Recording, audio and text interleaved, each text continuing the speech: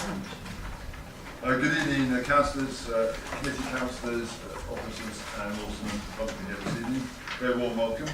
First announcement is the agenda item 1, presentation of Virgin Media network expansion.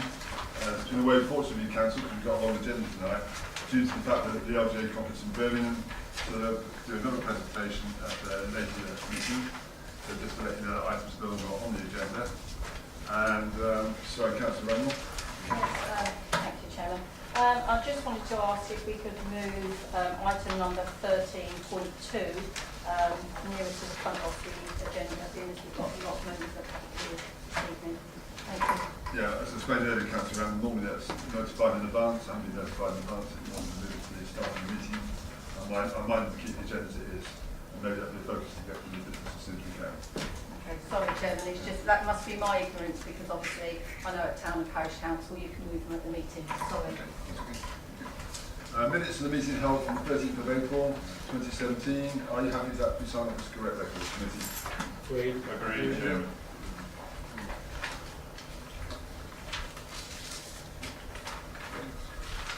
Apologies for absence. Councillor Steve Osborne, Liz Griffin, Joe Gilford, and the Deputy Chief Executive Simon Bovey and the Community Manager Maria Tackett. All moving. Chairman, Yes. Councillor Howard was due to be here. I can only assume that he's stuck in traffic. No problem. Thank you. Good. Declarations of members' interests. I've declared them now on the item on the agenda whether they're appropriate. Nothing declared now. Thank you. We move on to the first substantive item, Council Development Charter, Committee Development Needs. As you can read from the agenda there, in line with the Council commitment to achieving the Council Development Charter, we do this every year. Are there any development needs for our committees, for our committee of Stratford Group? Are there any items that you, as Stratford Group members, feel might be helpful for the committee? We don't always have items, but if there is anything there, we can make a note of it. Stratford Group members? No? Okay, that's fine. Nothing for the committee as a whole at the moment, thank you. So community culture and leisure issues, community voluntary debt commissioning, Councillor Hills. Thank you, Chairman. Strategy, you will see that this report is actually titled Community and Voluntary Commissioning, and that's an important title. And this item is a very important item. I'd like to refer you all to the two recommendations. One, that the annual budget is increased for the next cycle of commissioning in April 2018 from £80,000 to £150,000 for 3 years, and that the established process for commissioning services is followed as per previous years. A little bit of the background. As it states, and I think most people are aware, that communities are facing significant economic challenges, none more so than our voluntary section or our voluntary organisations. This sector plays an important role within the community, and the fact, and it is a fact, is that whichever political party is in government, they could not and would not be able to provide and support the work that the voluntary sector engages in. The increase is an additional 70,000, and this then brings us on a par with the other local authorities in Northamptonshire. It's worth noting that it's likely that grant applications this year will be oversubscribed, even with the additional funding from Section 106 planning agreements and the additional money our Chief Executive has put forward. I just like to mention that at the recent funding fair which I attended and helped Tim Campbell with the presentation, this was at Silverstone Racecourse, which was very well supported, and we presented regarding our proposed lottery. This, I was pleased to say, received unanimous support, and this will also supply additional funding on top of the existing grant funding. Strategy, I believe this is a step forward to provide additional help for our voluntary sector. It's worthwhile. It will be used for the benefit of our residents throughout the district. These recommendations need your support, and I ask for your support because I feel that the time to act is now. Thank you, Chairman. Thank you, Councillor Hills. Before I move on, I just want members of the public to understand, when you have recommendations, as we do tonight, that means no decisions taken. They go forward to the full council meeting in 3 weeks' time on any item we discussed tonight. If it's a resolved item, then it will be a decision taken this evening. So just for members of the public to understand that tonight, on some items, the only recommendations will go forward to a further meeting with the full council. Councillor Randall. Yes, thank you, Chairman. You have to stand, mate. Oh, sorry. Not full council. No, not full council, not Okay. yet. Right. Reading the introduction, back in 2012, Yeah. we had an allocation of 156,000.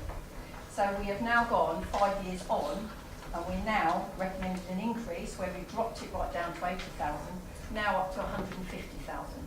So we're still at 6,000 off what we were in 2012. The voluntary sector are finding it increasingly hard now to find match funding. Daventry Volunteer Centre itself, which does some amazing work, and actually their funding equates to equivalent of 1.6 million of what they put back into the community. They themselves need 108,000. I would say that 150,000 is nowhere near enough, and I would like to see that doubled, because we are relying more and more and more on the voluntary sector now, and for them to be producing the work that we are asking them to do, they need the funds to be able to deliver it. Thank you, Councillor Randall. I'll come back on that point, or Councillor Hills will come back on that point. Councillor Chandler. Thank you, Chairman. I just wanted to report back to members that as the Council's representative on the Citizens Advice Daventry and District, I can report that at a recent trustees meeting we had to approve a deficit budget. That's how tight things are in this kind of sector. So I'm really speaking in support of what I've just heard. Okay. Fine, we'll come back. Okay, thank you, Councillor Chandler. Councillor Ritchie. Thank you, Chair. My issue is not so much the money, although I agree that we should increase this as much as we possibly can. My concern is more about the process and the language in some of the documents that we have. A decent society needs a good voluntary sector. It is part of the fabric of that society. If we have got people who are grouping together to give their time or give their money to try to tackle a particular problem or make our society better, then surely we should be doing whatever we reasonably can to support their efforts. Now, you'll be aware that over decades there have been major debates about the extent to which government, be it central government or local government, engages with the voluntary sector. In some cases to the extent of almost directing the voluntary sector, of using the voluntary sector as a way of delivering services that local authorities or central government should be delivering themselves. And I would just like to feel confident that we are not asking the voluntary sector to do things that we, as the local authority, ought to be doing under our own name and under our own control. My second concern. So under that point, sorry, Councillor Yeah. Ritchie, you had in mind particularly? No, No, I okay, fine. mean the whole range of our Okay, services. fine, thank you. But I would also concern that the value to us of the voluntary sector is, of course, the work that it actually does. But it is also that the voluntary sector is of organisations that have got a much closer contact with communities, that have got closer contact with perhaps people who have got particular problems, whatever the issue is that a voluntary organisation has been set up to do. And it should be a mechanism by which we as a council can be informed about what is happening in society, about how people who are close to problems see the problems and see what the solutions ought to be. And we should be making much more creative use. I'm therefore concerned about the terminology of commissioning, of tendering, and so on. Yes, there will be at the end of the day need to be contracts and things.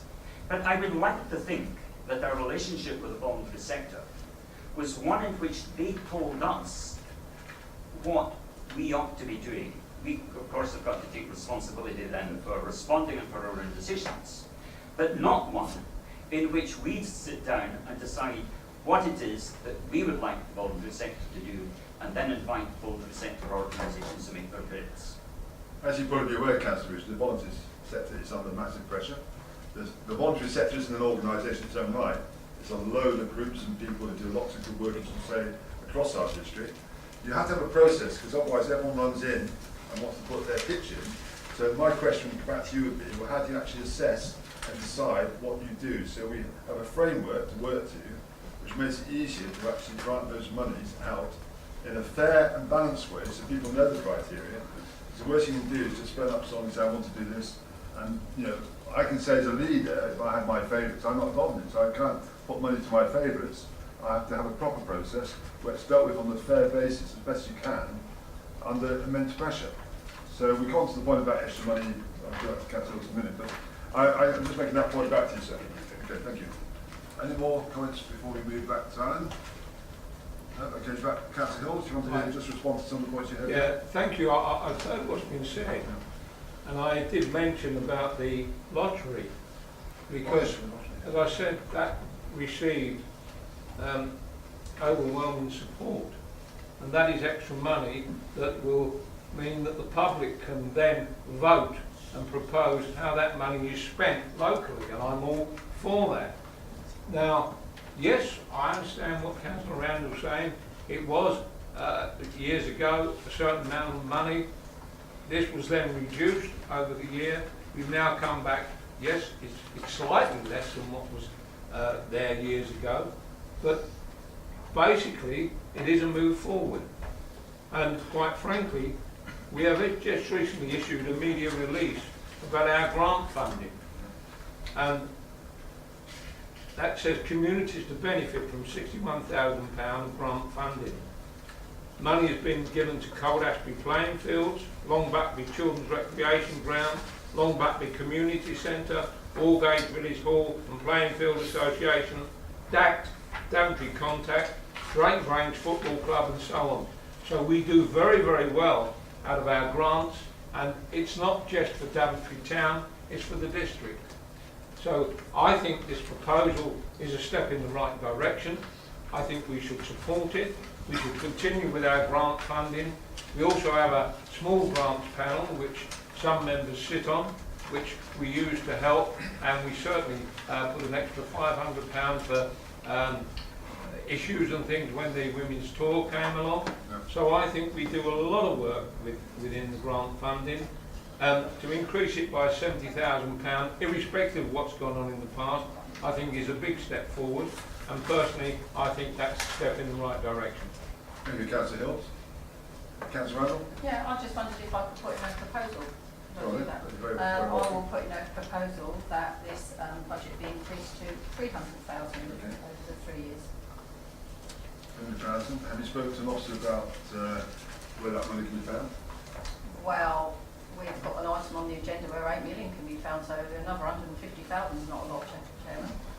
Interesting. But So no, actually, it's the same money for revenues for capital. I think the key point here is it's very important. I mean, yes, you can put forward £1 million if you want, to Councillor Randall. The key thing here is you have a process in this council, as you know, you've been in the council for a long time, where if you wanted to raise this as an issue a few months ago, and maybe have a scrutiny function to look at it and see what could be done, that would have been very helpful. I didn't know this was going to be on the. Well, you knew about the voluntary. I didn't know that you were going to what you were thinking and how you were thinking. Not until I read this 7 days ago, Chairman. I'm sorry. Well, you can always write to me, Councillor Randall. You can always write to Councillor Hills. He's the portfolio holder. I'm just making the point. That's what we're all here to do. So, on that basis, well, sorry, Councillor Paul. Yeah, thank you, Chairman. I welcome the report from Councillor Hills. However, I don't think enough was made of the small organisations in and around the district. One that I'm quite attached to in different ways is the Daventry Table Tennis Association, and that's run by 4, 5 volunteers several days a week, and for that type of organisation, we do have a grant fund system, and you know, whether it be a football club, there are people that don't fit into the voluntary sector that do all this work behind the scenes, like a football club, a table tennis club, or a hockey club, etc., etc. And I would hope that they don't get lost within the general part of voluntary sector. Thank you, Councillor Paul. We had a proposal, amendment from Councillor Randall. Is that seconded? Councillor Pritchard, okay. Can I have a vote on that? Any other comments on that? Councillor Shepherd, you're the resources board. Councillor Richards not able to second, he's not a member. You're not a member of the committee, sorry, Councillor. It's my fault entirely, actually. I should notice that. You're not a member of the committee, that's right, actually. Any other member of the committee who is able to second that? Wants to? Sorry, Councillor Randall. No, that's okay. No, sorry, I do apologise. That's my fault, Councillor Pritchard. I should realise I'm not a committee. Well, what I was going to say Yes. is that Councillor Randall might like to consider an alternative route to her aspiration of increasing this particular budget head. As we come on later on in the agenda to review, to begin, there is reference rather later on in the agenda to the budget process starting. It's not years ago there was a wham-bam process where there was a Conservative budget and an opposition Labour budget. This is going back 10, 15 and 20 years. And it was a huge, frankly, quite pointless debate. But what we have nowadays, of course, as is evident from this particular point, that the budget evolves over a number of cycles. And this happens to be the first mention of what we're actually doing is altering is increasing the current year's budget and future years as proposed here. What Councillor Randall might like to do, and indeed anybody who would like to participate in a budget process in this fashion by tweaking it, is to have a pre-discussion with one of the officers or the portfolio holder concerned about why is this fixed at 150. I'd like to put it at 300. From that discussion, officers will be able to tell you whether or not it's where the money can be funded. And either through the scrutiny process, looking at the value for money delivered by this particular funding at the moment of the scheme, or through proposition to the council, you can put forward a proposed budget variation. But in that way, it will come through having been thought about. Because one thing, as we all know, is difficult to deal with, is changes of significant natures coming off the hoop from a discussion like we had today. So I simply say that if Councillor Randall wishes to review this particular budget head, there are ways and means of doing it which will maybe, if supported by members, of course, come through for the next year's budget. That's very helpful, Councillor Shepherd, as a resource portfolio holder. So, is that Wendy? Thank you. Thank you, Mr. Deeper. Are we come to recommendations now, of course? There's two there. Do you want to read them out, Councillor Hills? Your two recommendations. Yes. Do you want to read them out? Sorry. Oh, sorry, I went with him. Yeah, that the annual budget is increased for the next cycle of commissioning in April 2019 from 80,000 to 150,000 for 3 years. That the established process for commissioning services is followed as per previous years. Thank you. Committee happy to accept those two recommendations, committee members? Thank you. We move on now to human resources issues. As Councillor Britton, our personnel portfolio holder, is not here, I'll ask Lieutenant Judith just to lead on this paper. Thank you, Chairman. What you've got before you, members, is a draft of a new local code of conduct for employees. It's a document that the monitoring officer has drafted, and really the purpose is to bring us up to speed in terms of the latest guidance, and the layout has been altered to reflect a simpler form of document. The code is still based on the general principles of public life, the noble principles as they're known, and the content change is set out in page 10 halfway down page 10 through to the top of page 11, which identifies the content changes on the various sections of the local code. Don't propose to go through those in No, more that's detail, fine. Chairman. Yeah. Thank you very much indeed, Tony. Any comments or questions from the committee or... Well, I just want to say any other members can obviously always ask to speak. Councillor Chancellor. Thank you, Chairman. Question really. At the end of the document, paragraph 14, copyright and patent, reference is made to the Patents Act 1977. Why is there no reference to the Copyright Design and Patents Act of 1989? Which is subsequent.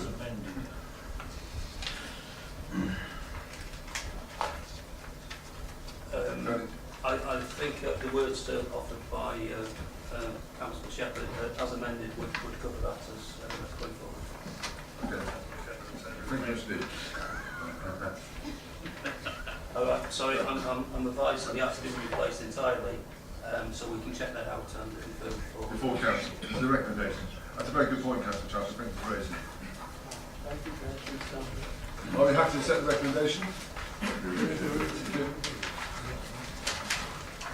We now move on to housing and environmental health issues, food and health and safety service plans. Councillor Warren. Thank you, Chair.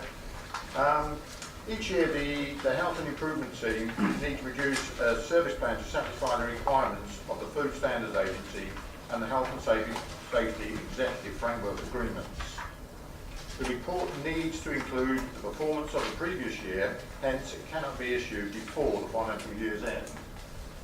There are no major changes from last year's plan. However, Section 4.2 does introduce a number of changes to interventions that will be carried out on local workplaces by the Council's Health and Safety Inspectors.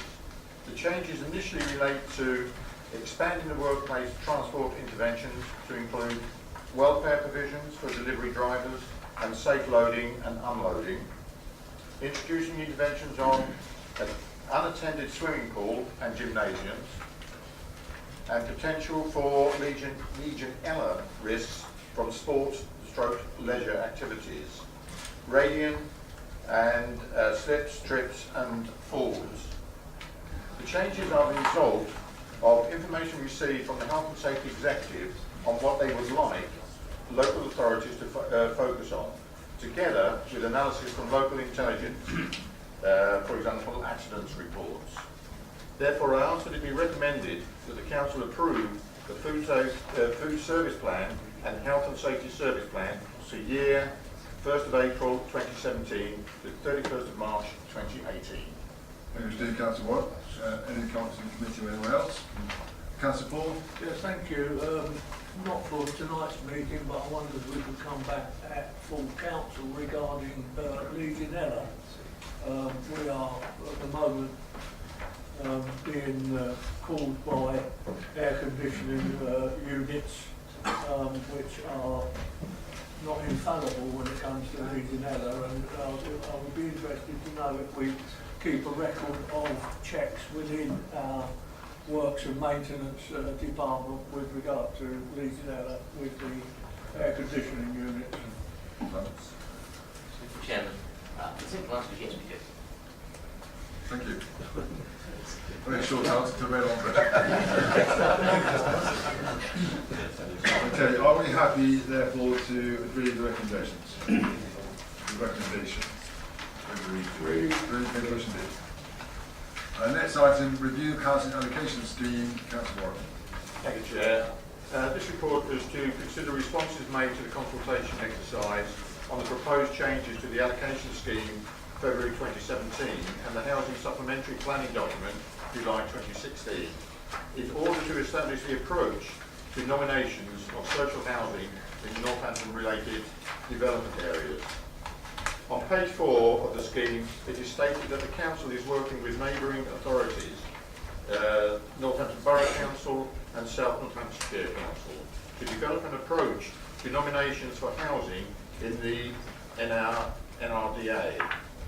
This work has now progressed and a suggested approach has now been developed and considered. Consultation was undertaken on the allocation scheme and the housing SPD over a 4-week period.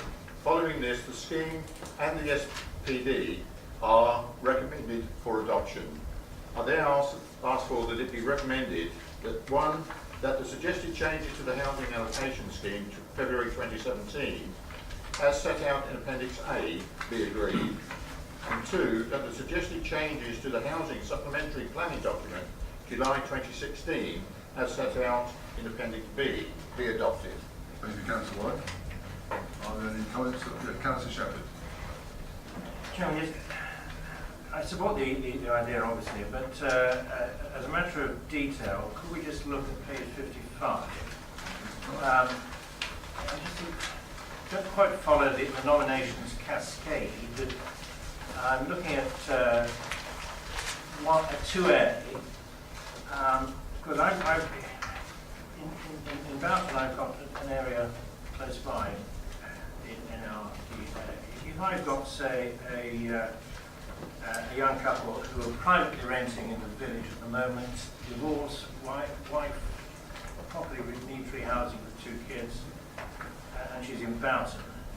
Now, is Boughton taken as immediately adjoining the NRDA?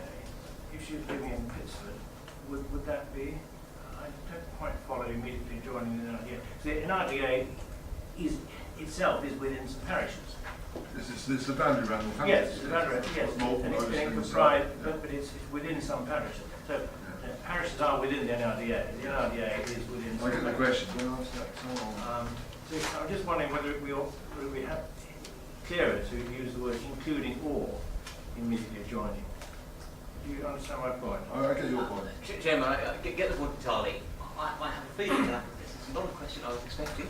I have a feeling that the original document may actually contain a definition, which of course is not reproduced in the changes.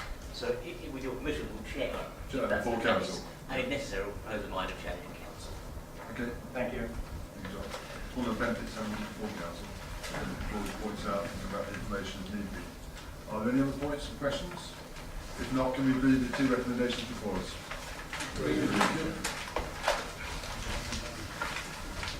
Next item is corporate issue, proposed government to Northamptonshire Fire and Rescue Service. I was going to do that myself as chairman, just to go through this as quickly as we can, because actually this is a response, proposal to change the responsibility of Northamptonshire Fire and Rescue Services from NCC, Northamptonshire County Council, to the Northamptonshire Police and Crime Commissioner, who will become the Police, Fire and Crime Commissioner. I know this is a sort of a theme that the government wants to do across the country. So basically, you have a resolved item. This is a resolved item, members of the public. It's an item we take a decision tonight. That's it. The response is the response. One is that by welcoming and supporting the proposed change in governance for the Northamptonshire Fire and Rescue Service, as set out in the report, and encourage the Commissioner, on point 2, to explore also taking on a similar role in relation to ambulance services for Northamptonshire. One of the great things I believe is you've got public accountability from an elected official. I think that's far better for the public to actually have that accountability there. So if things aren't working, you go to that elected official and hopefully they or he or she can actually sort it out. That's the introduction to the paper. You've got the response there, the proposed response. Happy to take questions or any points. Councillor Hills. Yes, thank you, Chairman. I support this. When I was on the County Council, I was part of the task panel that looked into the Fire and Rescue Service. And there was no doubt that, as it says here, that the Fire and Rescue Service has been working closely together for some years. And they have been doing that. And I think that, one, it will make, as you say, an elected official responsible, and there will be one defining person who will then, if you like, be in charge. And so I totally support this. Thank you, Councillor Hills. Councillor Ritchie. Chair, I don't believe that we've got better police services because we have police and crime commissioners. We certainly don't have more accountable police services by having police and crime commissioners. Yes, they are elected. We have now had 2 rounds of elections of police and crime commissioners. The last round was somewhat saved by holding the election on the same day as other elections were taking place. But first time round, what was the turnout? About 10%? Very low. It was absolutely appalling. What it means is instead of having a head of police within the county responsible to what was then, I'm trying to remember the name of it, a police authority that had representatives from the different parties, so that the control of the police was not something that was totally in the hands of one single party or one single person. It just doesn't make sense. So actually, I believe we now have a less democratic system. If we want democracy, we need to have a structure where you actually have people who meet together and can discuss together in the process of taking decisions. You, Chair, have got a huge amount of experience. I would not want Daventry to be run by you. I think it is better run by having a council so that we can have discussions of this nature. I therefore think that increasing the power that has already been given to these police and crime commissioners, increasing the range of responsibilities, is a step away from making local services accountable to people. And therefore, I am happy with this. Can I add another concern that is a slightly more general one? We rely on our officers to present evidence to us and to inform us of what the arguments are. And this certainly is not a criticism of us as involved in this or other papers. But I think that where you have a recommendation that comes to the council that is essentially a political recommendation, that is part of a political party's approach to local government, I think that in those cases we should have the paper from the officer, but the separate statement that is the recommendation from the portfolio holder. And we should not expect our officers to front political decisions for us. Can I just confirm the point there, actually, Councillor Rich? You make a very fair point. I actually asked this paper to come to this committee. I'm the chair of the committee, and I support the actual proposed change. So that's what I brought it on the corporate issues. I'm the leader. I brought this paper to this committee, and I actually said to our officers, we want to support it because that's the political position, and that's what we're here to discuss. Just want to confirm that. So it's nothing to do with the officers. It's my request, and I ask for it in that form. Thank you. Councillor Paul. Yeah, thank you, Chairman.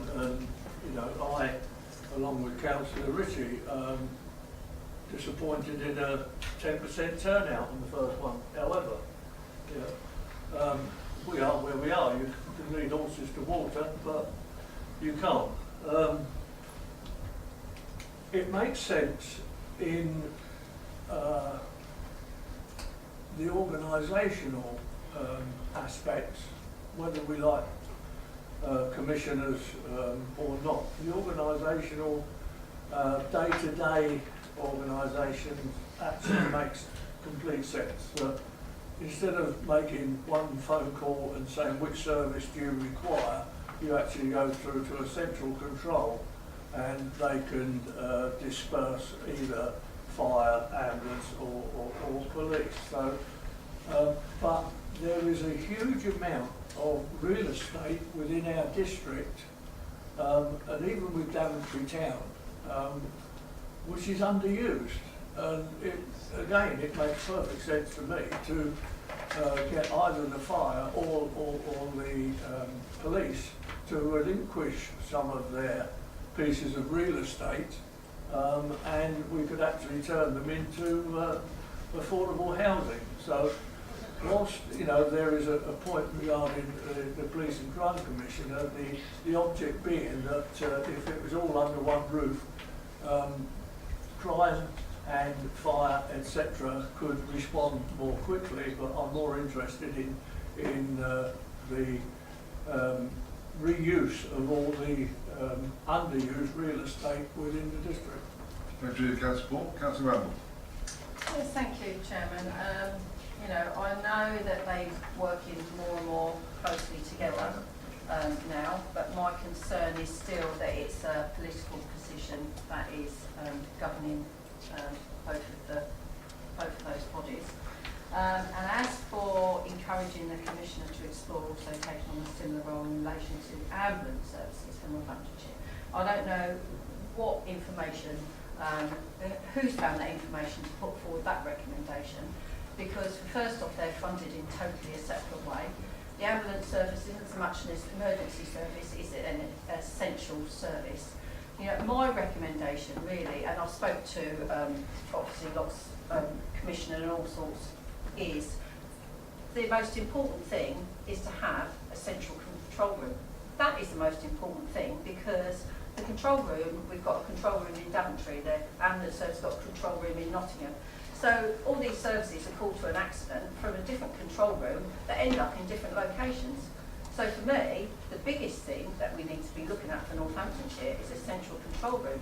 And I also haven't got an issue with them working under the same roof. But I have got an issue with them being under one political person. I do believe it should be political. I don't agree with the Police and Crime Commissioner, and I do not agree with him taking over the Northamptonshire Fire and Rescue. I don't see what benefit we'll have. I think, you know, working together, yeah, that's fine, that's a good thing, but that should be for them to decide how to work together. Councillor, let's come back on the point there, please. The point is to explore, that's what the actual recommendation is, to explore that. Some people believe putting the two light services together can be very helpful. So you want to explore that process, and that's all we're doing here, is to encourage the Commission to look at it and see what you feel. Obviously, politicians are accountable to the public. We're all elected here in this chamber, the councillors are, and therefore the Police and Crime Commissioner is an elected official, and the second turnout is a lot higher than the first one. I don't want to keep going back to historic turnouts. But he's elected, and therefore he's held to account. So, Councillor Brown, if you're not happy about what's going on, you go to the Commissioner, as a Labour Party leader in Daventry, and you put your points across in the public arena, politician to politician, which is far harder to do than if you're attacking an official who's not a politician. So you have an accountable person there, and if that person doesn't do a good job, then maybe next time Labour will put forward a candidate who wins, because that's how it works, the political system works. What I'm trying to say, that's why I see it as, I think it's a positive thing to have elected officials who can be held to account and voted for by the public, and if they don't deliver, then obviously the public can take a view when it comes to the next election. That's how I see it anyway. Councillor Collins. Thank you, Chair. Yeah, I think personally it's a good recommendation, and I think the reason it's actually very important to me is because I'm going to take the political argument out of it and just simply look at it as a business point of view, which is having a figurehead, somebody at the top of the tree, to oversee the whole operation is very important. When you talk to people who are involved with the police, the fire service, or the ambulance, we'll put them in there for the moment, the one thing that they always say is that there's no overlap, there's no way of actually finding out what each other needs to know. And I think this could be a good step forward for that process. Yes, there are concerns, because giving one person all the power, if they're not particularly very strong at it, could be a huge weakness for the entire service. But the whole point of this has got to be that we get the right person in, if that's the way it goes forward, and that will actually help the whole service, and that's the way I would actually look at it. Commissioner, Councillor Collins. Councillor Chandler. Thank you, Chairman. It's a question really. The Police and Crime Commissioner was elected against a particular remit. If this were to go ahead, so we had one person in charge of everything, would there be a fresh election, or would it simply be absorbed? I'd imagine it will continue in its current term, but the point I'm saying is it's a consultation, so there'll be a lot of responses coming from all over the place. Right. We're putting our response in, so we have to see what the overall response is. And I guess it'll be taken from there. So I think it's right for us to second guess that. But my understanding would be he'll still be in person until his term is due to expire. I could be wrong, I don't know, I'm just saying that. Thank you. I know the point you're making now, it's a very fair one. Councillor Lommy. Yeah, there's a matter of just practical interest for everybody that the Police Commissioner has an office in Beerway, as you may well know, and about 20 or 30 feet away, the head of the fire service has his office. Yes, that's right, yeah. And about 20 feet or 30 feet away from there, the Chief Constable has his office. So from a practical point of view, it's almost there anyway. Well, thanks for that insight. Thank you, Councillor Lommy. Councillor Paul. Yeah, thank you, Chairman. Purely for information, the Police and Crime Commissioner has its own scrutiny panel. The member on the panel from DDC is Richard Olga. I believe the substitute is Kevin Parker, and if anybody has got any problems appertaining to the police, I would suggest that they take them to those two members, Richard Auger to lead, and hold the commissioner to account at that said meeting, Chairman. Thank you, Councillor. Well, Councillor Auger, of course, knows the place very well because we used to work with them at a very senior level. Yes. And he's a very diligent guy, actually, very diligent indeed. Okay, are there any other points? Are you happy to accept the two recommendations before you? Yes, Can I Councillor just explain, Chair, because I want to find out some more information. That's fine, yeah. Thank This you. is the resolved item, you understand that, this will go forward. Happy to accept the two resolved items, committee? Agreed. Thanks for your contributions, everyone. We'll move on now to the resources issues. Councillor Shepherd, this is tonight's 4. We'll start off with 1, Treasury Management Annual Report 2016-17. Thank you, Chairman. Yes, as on the tin, this is a retrospective view of the Treasury Management and incidentally capital expenditure last year. Treasury strategy we revised in February, and the purpose of this statutory report is to advise members on compliance with that strategy, and the wording of the report pretty well follows the same report this time last year. Obviously the 3 paragraphs are different, and I'll particularly draw attention to those. Capital expenditure paragraph 5, rather more slippage than normal this year from last year's budget into this year's, and we comment on that in the next report when we look forward to the actual budgets for this current year. The slippage we explained in mostly amongst small, and housing repair grants have been taken up as to the smaller numbers, but not as the big numbers, which is what is meant to be by that slightly esoteric wording at the top of page 65 when we talk about home repair assistance grants there.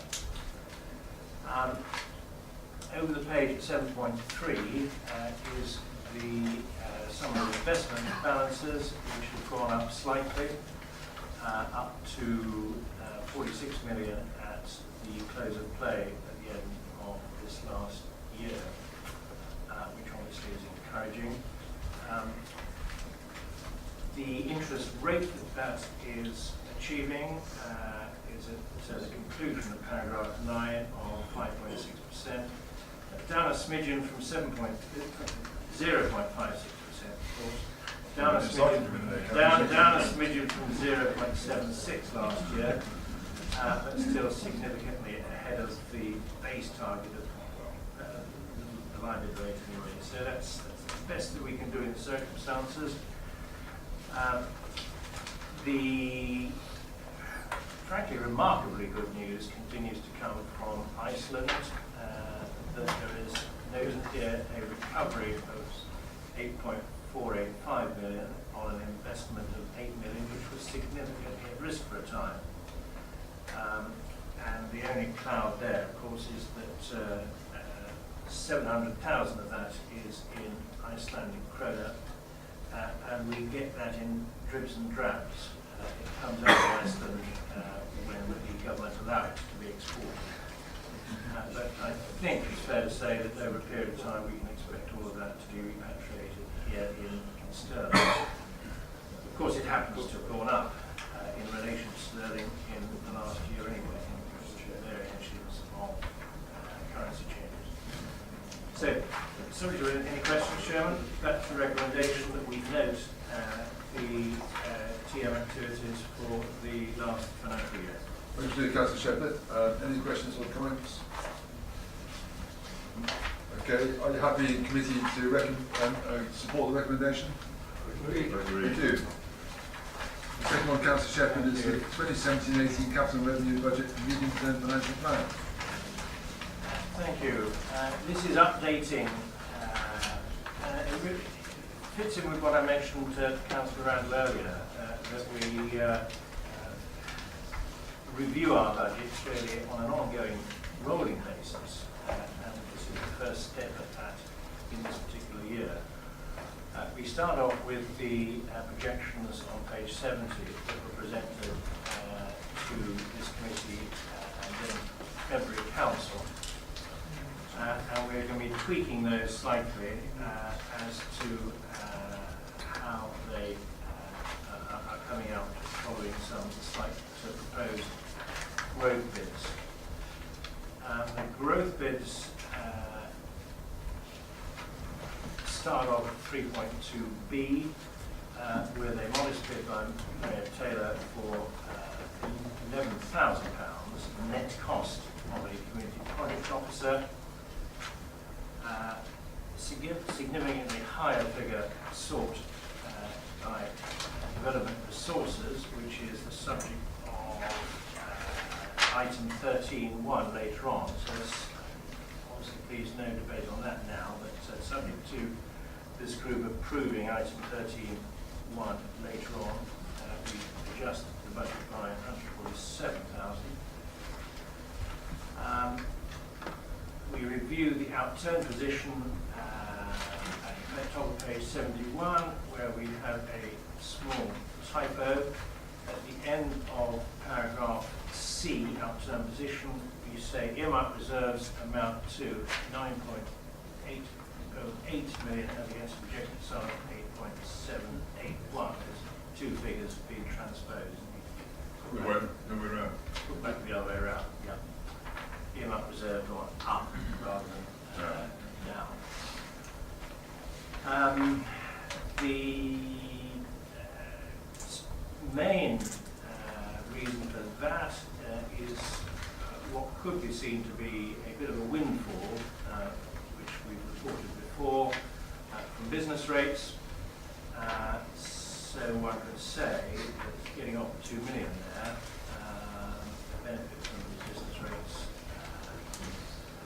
However, getting off for 1 million of that is not entirely secure because of the vagaries of appeals, and so for that reason we put 900,000 back into an earmark reserve, which is referred to at the bottom of page 71.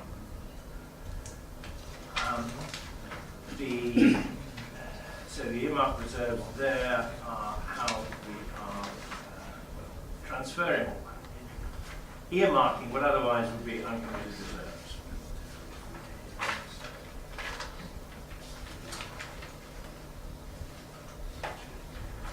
Over the page, there's another modest reserve there. The updated medium-term financial plan brings together those reserve projections, bringing in the 9.828, which I mentioned as the earmark reserve coming forward, so total reserves of 20-odd million in revenue terms. Then on to the capital programme, reviewing again the slippage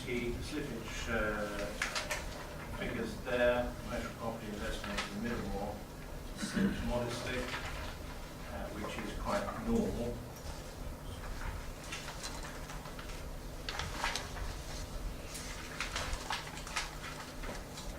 And then over the page some further slippages to 1780 and 1890.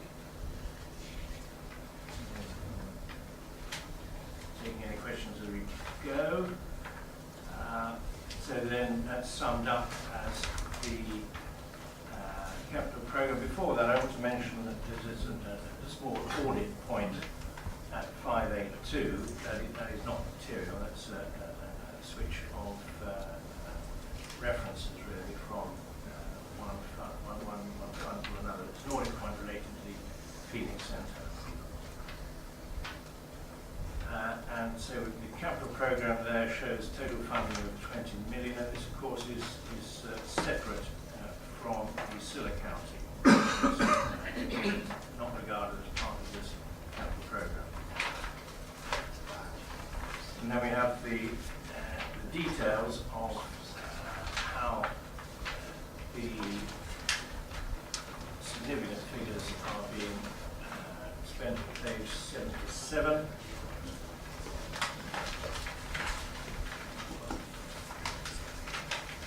So all in all, we're simply noting the slippages and adjusting the approved capital programme because of the events that have happened since it was originally previously reviewed. Thank you, Councillor Shepherd. There's 3 recommendations before this committee. Councillor Randall.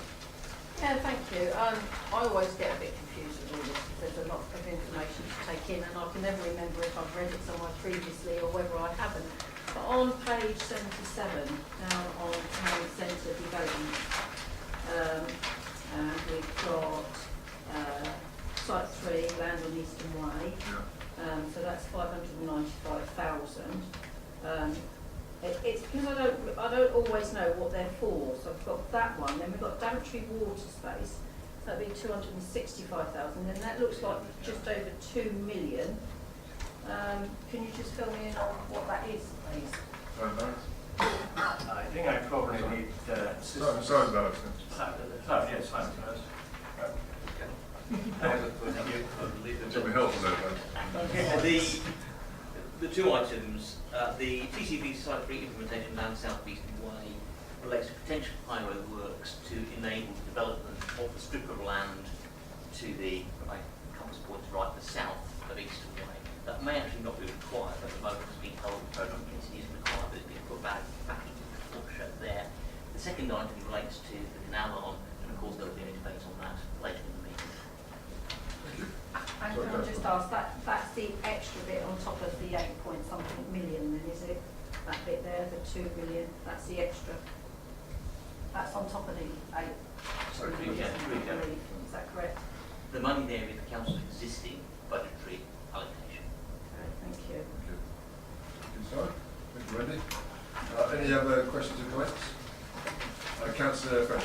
Thank you, Mr. Just really a minor point, but when you're looking at this electronically, when you refer to page numbers, it doesn't show up.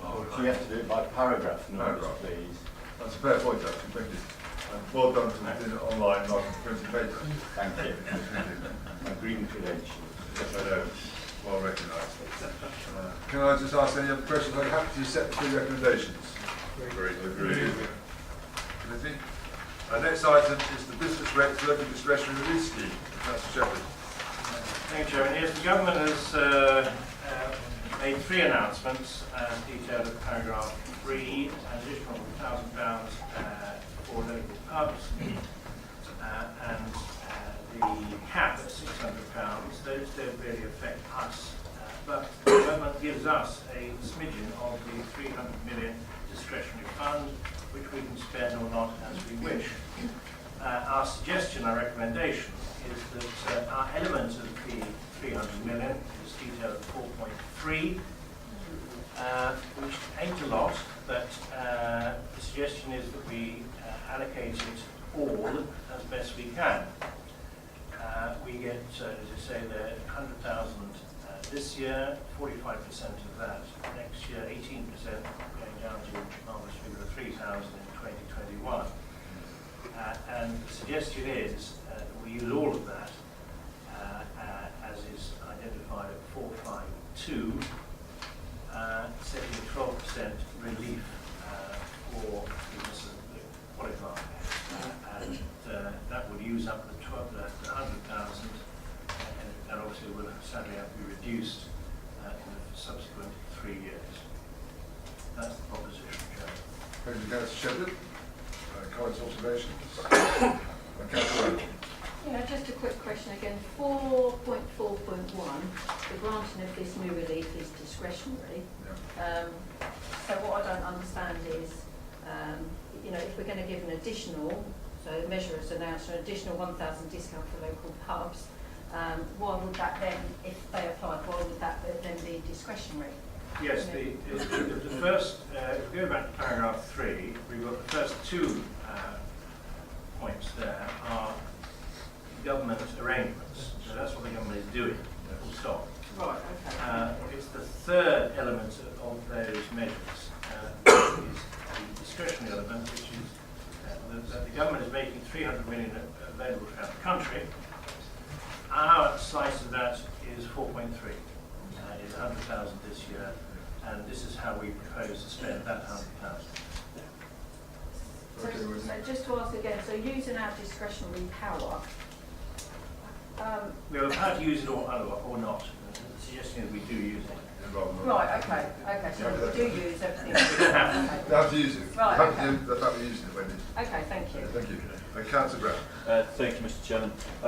It's welcome news that the council is proposing to use the funds allocated by central government, but I would query why we've set the rate as high as 12% or 12.5%, my apologies, for qualifying businesses, when if businesses have suffered an increase in their rateable value of 9, 10, 11%, that for many businesses would be a very hard increase to start. Just trying to understand why. Could there not be, I think it's floating scale? mathematics that we've got 100,000 full stop, and if we had, for example, 200,000 to spend, yes. We would be able to adjust that Lower threshold.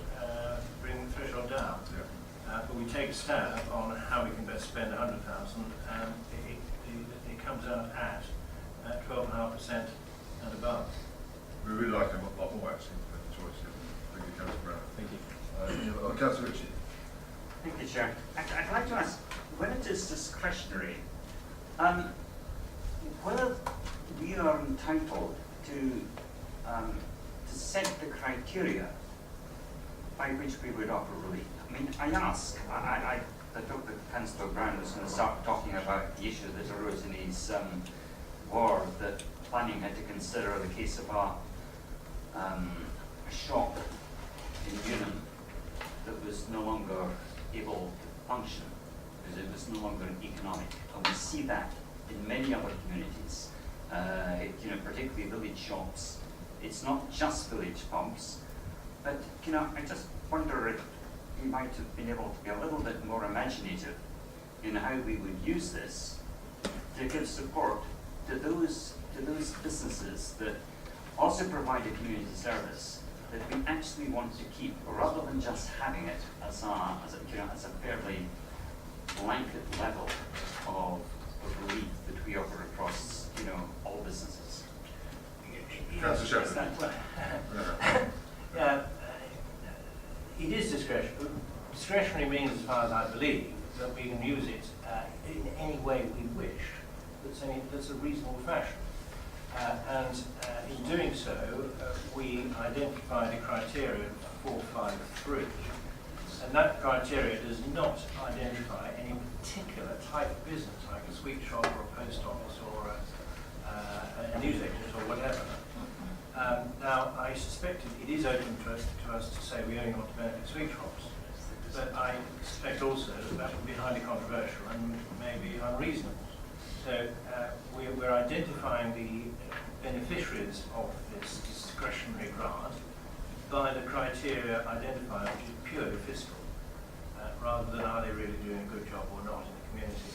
And I think if it's desired that there are other criteria, perfectly proper desire that this criteria is adjusted, any member that I think wants to do that should probably have the full council rather debate. Intelligent just supports from the Yeah, I think, Chairman, just perhaps I can clarify it a little.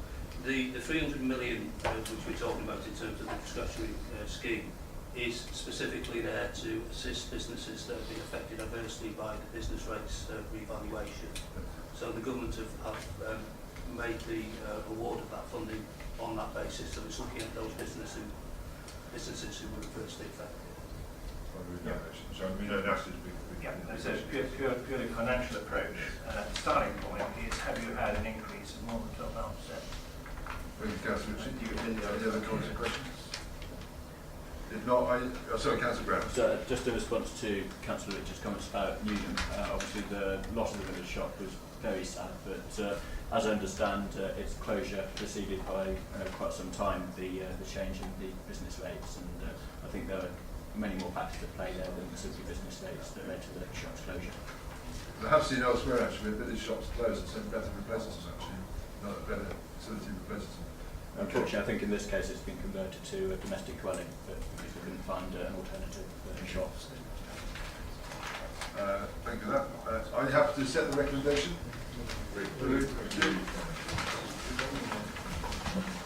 Planning appeal costs, Councillor Shepherd. Really? That's you, sir. Well, we have not so far made a specific provision for planning appeal of wheat. The recommendation is that because it is anticipated that the reserve figure needs to be made available. So it's prudent to do so. Yes, I mean to say we can spend every penny on it, but Just the budget for the case. it's not a figure that appears currently in the budgets, so it should do as this report. Thank you. Councillor Brown. Local Thank- member. Yes, Mr. Chairman. Thank you for letting me speak again. Just like to say that, again, it's very welcome news that this council is seeking to support Wheaton in its push to prevent this development. I think, relatively speaking, this is very little money compared to some of the other sums that we're discussing this evening, and it's worth noting that this council's already supported Wheaton's efforts to combat this development quite significantly in terms of legal fees and organisational support. For those of you who don't know Wheaton, the site of the proposed development is very close to the oldest part of the village. It's the most congested part of the village already. Streets to and from the proposed site of development are almost unnavigable at peak times. Simply speaking, Wheaton is not a village that's anti-development. It cannot be accused of NIMBYism. It's already seen significant development over the last 10 years, both at the Cavalry Field site at the top of the village as you come up the A45 towards Daventry, and also opposite the depot. There's a relatively new housing estate there, both of which were welcomed and supported by local residents. Residents' objections to this development are purely about quality of life. They feel that they've done their fair share in recent years in welcoming and supporting development, and this is a bridge too far for Wheaton as a village. The site itself is the main issue. It's inaccessible for construction traffic, it would seem to me, and the village can't support the development of this size and of this nature. So I would very much hope that members of the committee will support our renewed efforts to prevent this development from going ahead. Very true, Councillor Brown. A short committee heard that. Yes, Councillor Randall. How long does this keep going on? Because, you know, obviously it was refused by our planning committee, it went to appeal, and it was upheld, and then we appealed it, and then it got, the decision was overturned, and then, you know, then it got, the decision of overturn was upheld, and now they're taking it again. You know, how long can you keep doing this for? This is the battle we're up against when you're all over the place. I know, but how long can it keep going on? You know, is there Keep so going many on, times that you can just... Well, they don't just keep going, they keep So it could just keep going? Otherwise we fault them, which we don't want to do. To support our communities, we have to fight it as hard as we can. We've always done it as council in many different ways. And Yeah, I don't mean us. I mean, does there come a time where you know that it's appealed and it gets, you know, that they, you know, 3 times and you can't do it again. You can't keep. Sorry about that. That's the question I'm asking. Okay, fine. I'll go in now. Well, Chairman, sorry.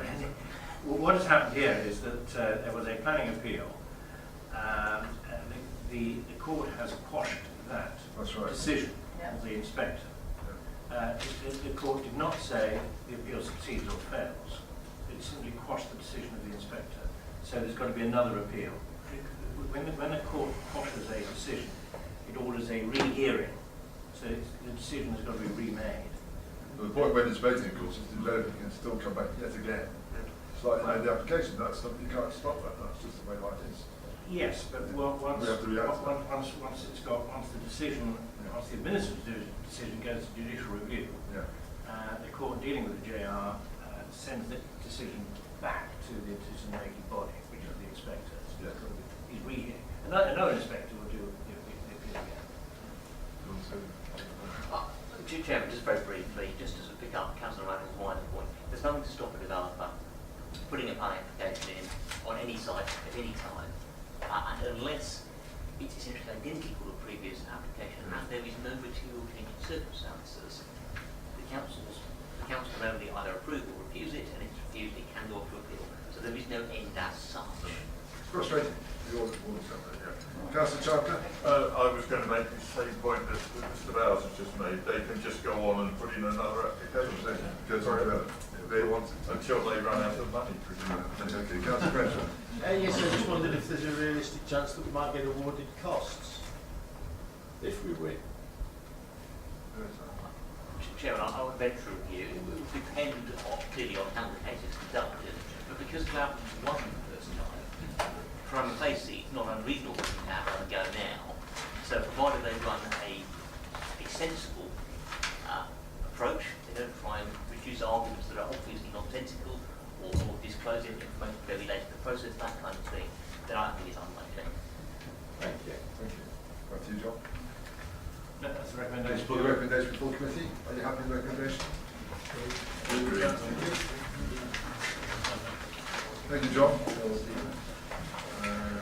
resources issues there. We're moving on now to a strategy group paper regarding the Change of Action Scrutiny Committee. I know you just arrived, Barry. Would you be happy to do this one because you're on the scrutiny? Yes, I'm happy to. So I thought I'd ask Councillor Paul before you arrive, just in case, but I think it would be more appropriate because of your scrutiny Thank background. you. So let's do the DVC and Parish Town Council cooperation and the major planning applications. Yes, thank you, Chair. The thinking behind this was that, in my personal experience, a lot of parish councils get very confused over what they can and can't do, what they are allowed to do by certain regulations and when they can get involved. And the whole idea of this was to try and clarify the position and also make parish councils feel more involved in some of these major decisions that affect their everyday lives. I think generally I'm quite content with what is before us, obviously having changed since my original report, but you can quite clearly see the lines that have flowed through the report on the table that's in the report about the changes. So I would like to see how it goes forward, how the parishes react to it, and then if necessary perhaps can be revisited on the 1-year review which scrutiny now do, which will obviously be in 12 months' time. Yeah, okay. So yes, I'm content with that now. Thank you, Steve, Councillor Benjamin. Any comments or questions? Oh, Councillor Randall. So Yeah. you've been involved in this one, Councillor Randall? No, I haven't. Only on page 88, Yep. on task panel recommendation 7, which then becomes point 6. Yes. Obviously, on the original one, it was council provide paid training, but then it goes on, Daventry District Council could provide paid for training for parishes, which I assume that means then parishes pay us towards that training. Is that correct? Does that mean- yeah. The idea was that I looked at the training that was provided by ACRE and NCALC and all those sorts of organisations, and they charge for all their training, and it's not a function of Daventry to provide training. Everything we do, as we do with forums here, is discretionary. So it did strike me that with the expertise we have in officers and the more hands-on approach we can do, because Keith Thursfield is a particularly good presenter of these sorts of things, there are lots of technical issues that could be explained much more thoroughly and fully by us rather than a third party, and felt that we could then charge for that in the same basis that parishes currently buy. Right, thank you. Thanks for Councillor Benjamin for that. Thank you. Any other comments or questions based upon the recommendations before you? Can I just say, I have to say, I know Councillor Morgan's not here tonight, but you're here, Barry. I think really do good bits of work, and there's another example of one. So very well done to those involved in this piece of work. And as you say, we'll review it in a year's time and see how it's gone. So on that basis, committee, are you happy to set the recommendations? Agreed. Thank you. We now move on to strategic planning matters. I think we're competing with Councillor Shepherd here on the numbers. So we go to the first one, which is Malton Village Conservation Area Appraisal, a management plan and conservation area designation. Councillor Chandler. Thank you, Chairman. As you say, this is to do with conservation areas. Members will remember that for some time we've been hoping to review conservation areas and their management, and staff resources prevented that until recently. And I would like to put on record that the work that you'll be looking at in this and the following 3 items on the agenda is an excellent piece of work done by the staff. I was very pleased with it when I saw it, and have taken the opportunity to congratulate people in turn. Well, that's praise indeed coming from you, sir. Yes, indeed. When you consider my background. There's the Malton Conservation Area. It's the first one we deal with. It already is a conservation area, and there were some review carried out. You can see from within the papers that the review included a 6-week consultation period which ended in April, and there was a lot of public involvement in that. There was an exhibition and things of that nature. The draft appraisal of the conservation area did propose extensions to the existing conservation area, and the detail of that is in the document. It also included a proposal to produce a local list of buildings. These would be buildings which are of interest to the people in the area, but not on the Historic England list. We need to have a way of ensuring that there's a structured and consistent approach to the evaluation of such buildings, and we list there the criteria that might be used: age, condition, design, materials, etc., etc. So that is the conservation area and management plan. You can see the detail in the attached document, and I think that you will see that there has been a healthy consultation, and a number of proposals, a number of suggestions have been made, and the response is given for all of them. As a result of which, there's a recommendation that the proposed changes to the Conservation Area Appraisal and Management Plan in response to those representations be approved, that further minor editorial changes be made, including to reflect the fact that the document will be in its final adopted form, it's a draft at the moment, that the revised Conservation Area Appraisal and Management Plan be adopted as a supplementary planning document, and that the proposed conservation area boundary should be the new one set out in Appendix C, and that should supersede the previous one.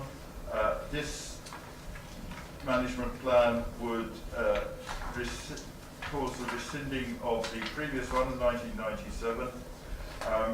That the approach to producing the local list as set out in this document be approved, and that the local list of properties in Malton as set out in Appendix D be approved. Those are recommendations, Chairman. About the resolved items, sir. We have a resolved item which concerns the proposed Article 4 direction.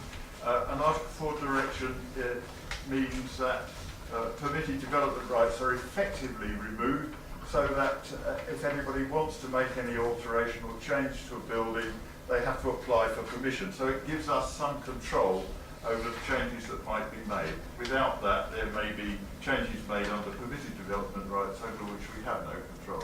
It makes sense if you're going to have a conservation area and a management plan, a designation, local list of buildings, that this Article 4 directive. Now that has to be a resolved item, because that consultation can then start immediately. Thank you, Steve, for that confirmation. Councillor Frenchman. Thank you. I just want a query really. I know that if you've got a listed building, you can have planning permission or applying for planning permission on certain instances is free of charge. Does the same apply in the conservation area, or do they have to pay the standard fees? I don't know the answer to that, but I imagine they would have to pay. So. Chairman, if, and indeed, this is true in buildings as well, planning applications are still charged for. Listed building applications are not charged for, that's the distinction. In the same way, for the Article 4 direction, if that Article 4 direction is made, if someone applies for planning permission for the specific rights that have been removed, which are set out in Appendix E to the report, that is also free. Thank you. Thanks, Steve. Any other comments or questions? So we're agreeing here 7 recommendations and 1 resolved item. Are you happy committee to agree with? Thank you. The second one, Councillor Chambers, Halston Conservation Area Appraisal and Management Plan and Conservation Area Designation. Yes, thank you, Chairman. This is exactly analogous story to the one we just considered, only with Halston. Those of you who know Harleston Village, it effectively is in two chunks, Upper Harleston and Lower Harleston. Part of the recommendation in the revised conservation area appraisal management plan is that it should be a single area including both of those, which makes life a lot simpler. Harleston is slightly complicated in that it bumps into, is my non-technical term, a lot of the Althorpe estate, which has its own controls and management, and so you will see little red dots on the map that accompanies the document, which you might otherwise puzzle about. I know I did. And again, this is something that has been out for consultation, and there is a summary of consultation responses included. There is also a copy of the document included, which is available, and I think that you'll find that that is a useful document to look at. It really is worth looking at them, and we'll come to that a bit later on. So again, we've got the recommendations. This time there are only 5. The reason there are only 5 recommendations is that we've just agreed to accept the approach to the local list, so we don't need to do that again. That the proposed changes to the Harleston Village Conservation Area Appraisal and Management Plan in response to the representations be approved, that further minor editorial changes be made to reflect the fact that the document will be in its final adopted form, that the revised Conservation Area Appraisal and Management Plan for Harleston be adopted as a supplementary planning document, that the proposed conservation area boundary be designated, and this will supersede the previous one, and that the local list for Harleston set out in Appendix D be agreed. And again, there's a resolved item that the consultation be undertaken on the Article 4 directive. Thank you, Councillor Chandler. Very healthy number of responses, wasn't it? Yes. Nice to see that. Are there any questions or comments from committee? Councillor Benjamin again. It's my district. So it's your district, that's what you recommend, right? Yeah. There was quite a lot of, I don't use the word lightly, and it's probably the wrong word, opposition to this. They were very keen to have a conservation area, but they were very unhappy with the way that the officers went about it. There was also a very high level of confusion over dual protection, so woodlands are protected under various acts that don't need a conservation area directive over them. Althorpe were very unhappy with this because of course it severely ties their hands when it comes to commercial logging and forestry, especially in Harleston, firs and places of that nature.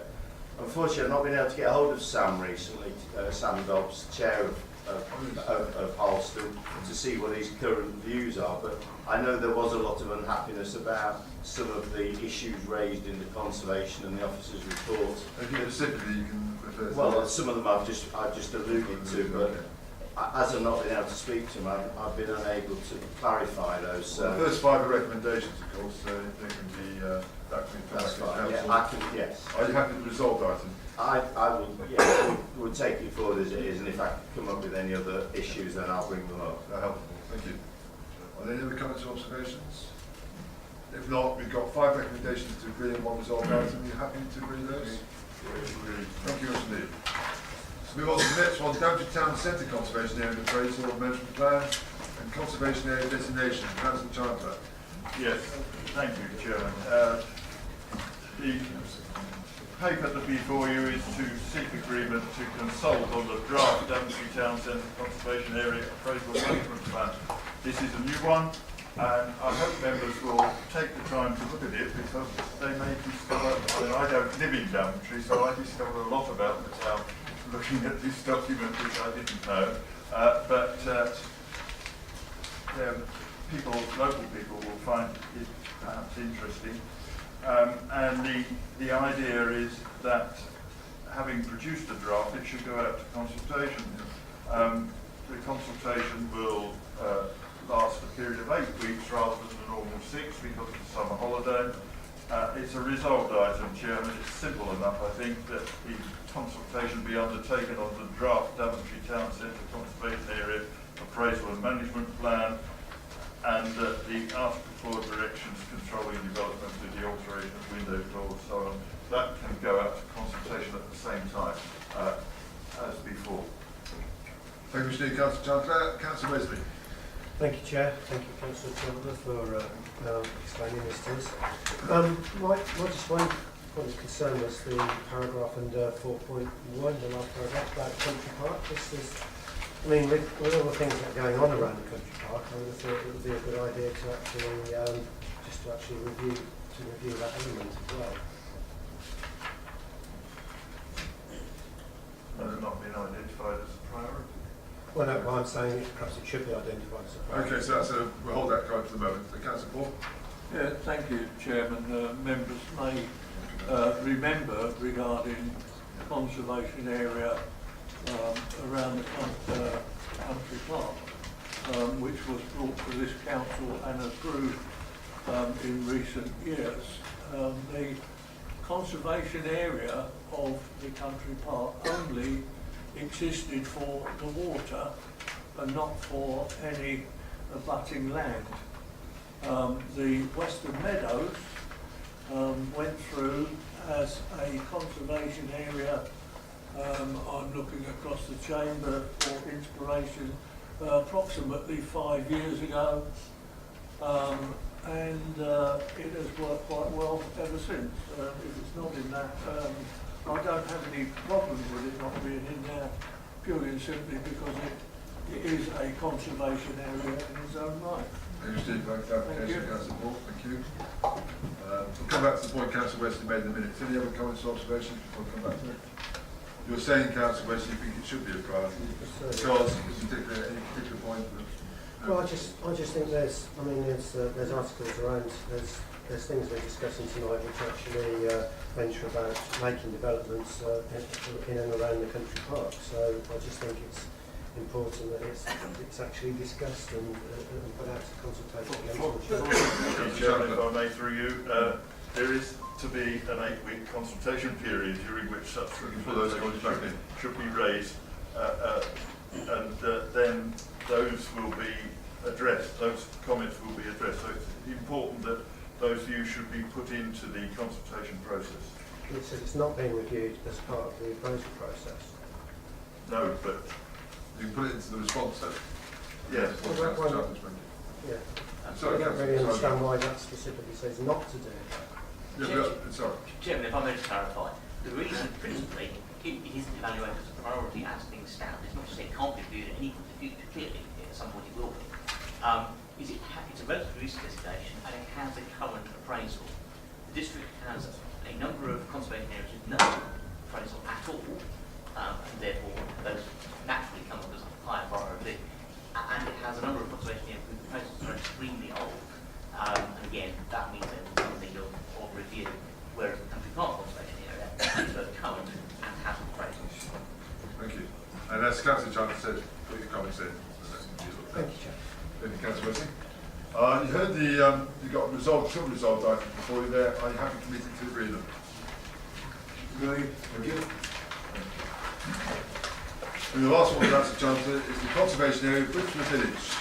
yes, Chairman, this is in the same state as the previous one for Daventry. It's a draft document which has been reduced, and the resolution before you tonight is that you agree that consultation be undertaken on this document and on the article 4 direction.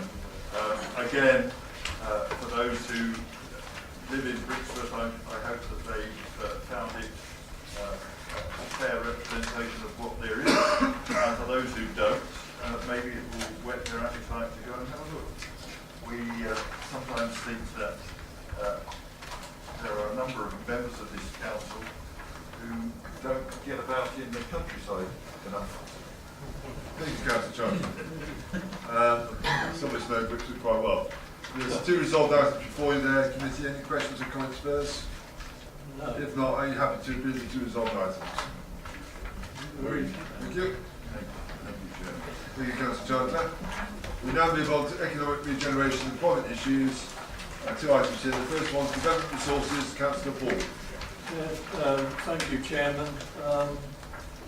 in recent months, the pressure on the business team has increased considerably with the number of projects going forward.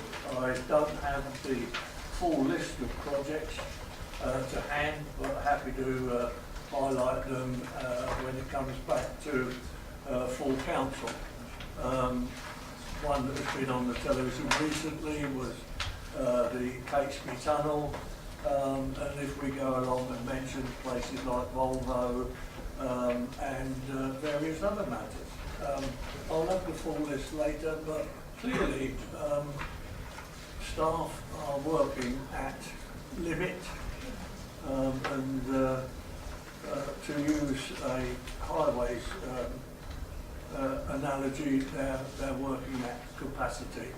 I know that because I work with them virtually on a day-to-day basis. Page 13 or 309, there is a bullet point there, and basically it says most of what should be said. Enable the council to progress its own developments and support economic development more widely, and thus maximise a range of sources of income, reduce the dependency on and therefore the cost of agency workers. On page 308 at the bottom, you'll see the personnel that we are looking to employ. A project manager, strategic economic development officer. We have one currently on half hours, I beg your pardon, who's doing a tremendous job, I hasten to add. However, it does need a full-time employee there. Sports and activity strategy officer, again with the emphasis on well-being and sport, it's something that we need to get on top of, especially when the sports facilities in the east. Assistant procurement officer, again that is goes without saying, because if we have all these developments going forward, we actually need those people. And it's been pointed out in this chamber on numerous occasions, the ability to employ the type of personnel that we want to carry the projects forward is very difficult. So the report is the recommendation that the revenue growth 147,000 per annum is approved for purposes set out in the report, with the expenditure within the 2017-18 year to be met from general reserves, and to the extent it cannot be met from in-year underspend, and as 151 officer will no doubt tell me later, that we are very good at underspending our budgets. So I have no problem to put it to the committee chairman. Thank you, Councillor Paul. I think it's important for members of the public to understand that we only account for 8% roughly of your council tax bill as council. We do an awful lot on that money. And one of our main jobs is to make sure we've got a strong economic agenda moving forward, so that our children, their children, will have a good future in this area. And that's, I think it's important to understand that, because we are a very small part of the council tax bill. And we offer good value for money, but I know our team's been under a lot of pressure for staff, so I'm very pleased, and I know my personnel portfolio holder's not here tonight, she's on holiday, that's it. She actually was very keen on this, she's been very worried about some of the pressures on our staff, and she's delighted with this report, and that's why I mentioned that. So open for comments or questions. I'll let Councillor Lomax come in, she hasn't had a chance yet. Thank you, Chairman, for allowing me to speak, being on members of the committee. I welcome the report, and I do support the recommendations. However, I do have one concern, and that relates to paragraph 4.2.4 on page 306. Members will remember that we actually passed a recommendation at full council about 6 months ago about providing support for the hockey club. Now, in this paragraph, there are references to future need, following possibilities, various sports are mentioned, there's no mention whatsoever of hockey. Now, I would like to be reassured that in fact that has not been lost and that officers are still working on this and doing something to provide for the number of hockey teams that there are in this district, which at the moment are really not very well served. Were you a former hockey player, Councillor? Sorry? Were you a former hockey player yourself? No. No, that's why just for information purposes. I have no vested interest in this. No, I wasn't suggesting that, I just thought you might have interest anyway. Simon? Chairman, I can assure Councillor Lomax that hockey has not been forgotten, indeed there wouldn't. Okay. Councillor Randall? Yeah, going back to page 304, where I'd like to ask Councillor Paul, I'm a bit confused with paragraph 2, that says, as development proceeds, the council also needs to play an active role in securing the provision of sport and leisure facilities.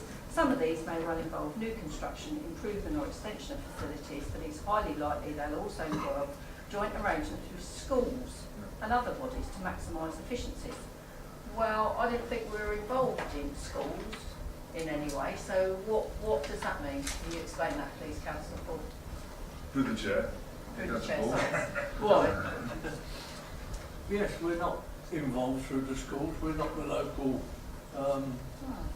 education authority.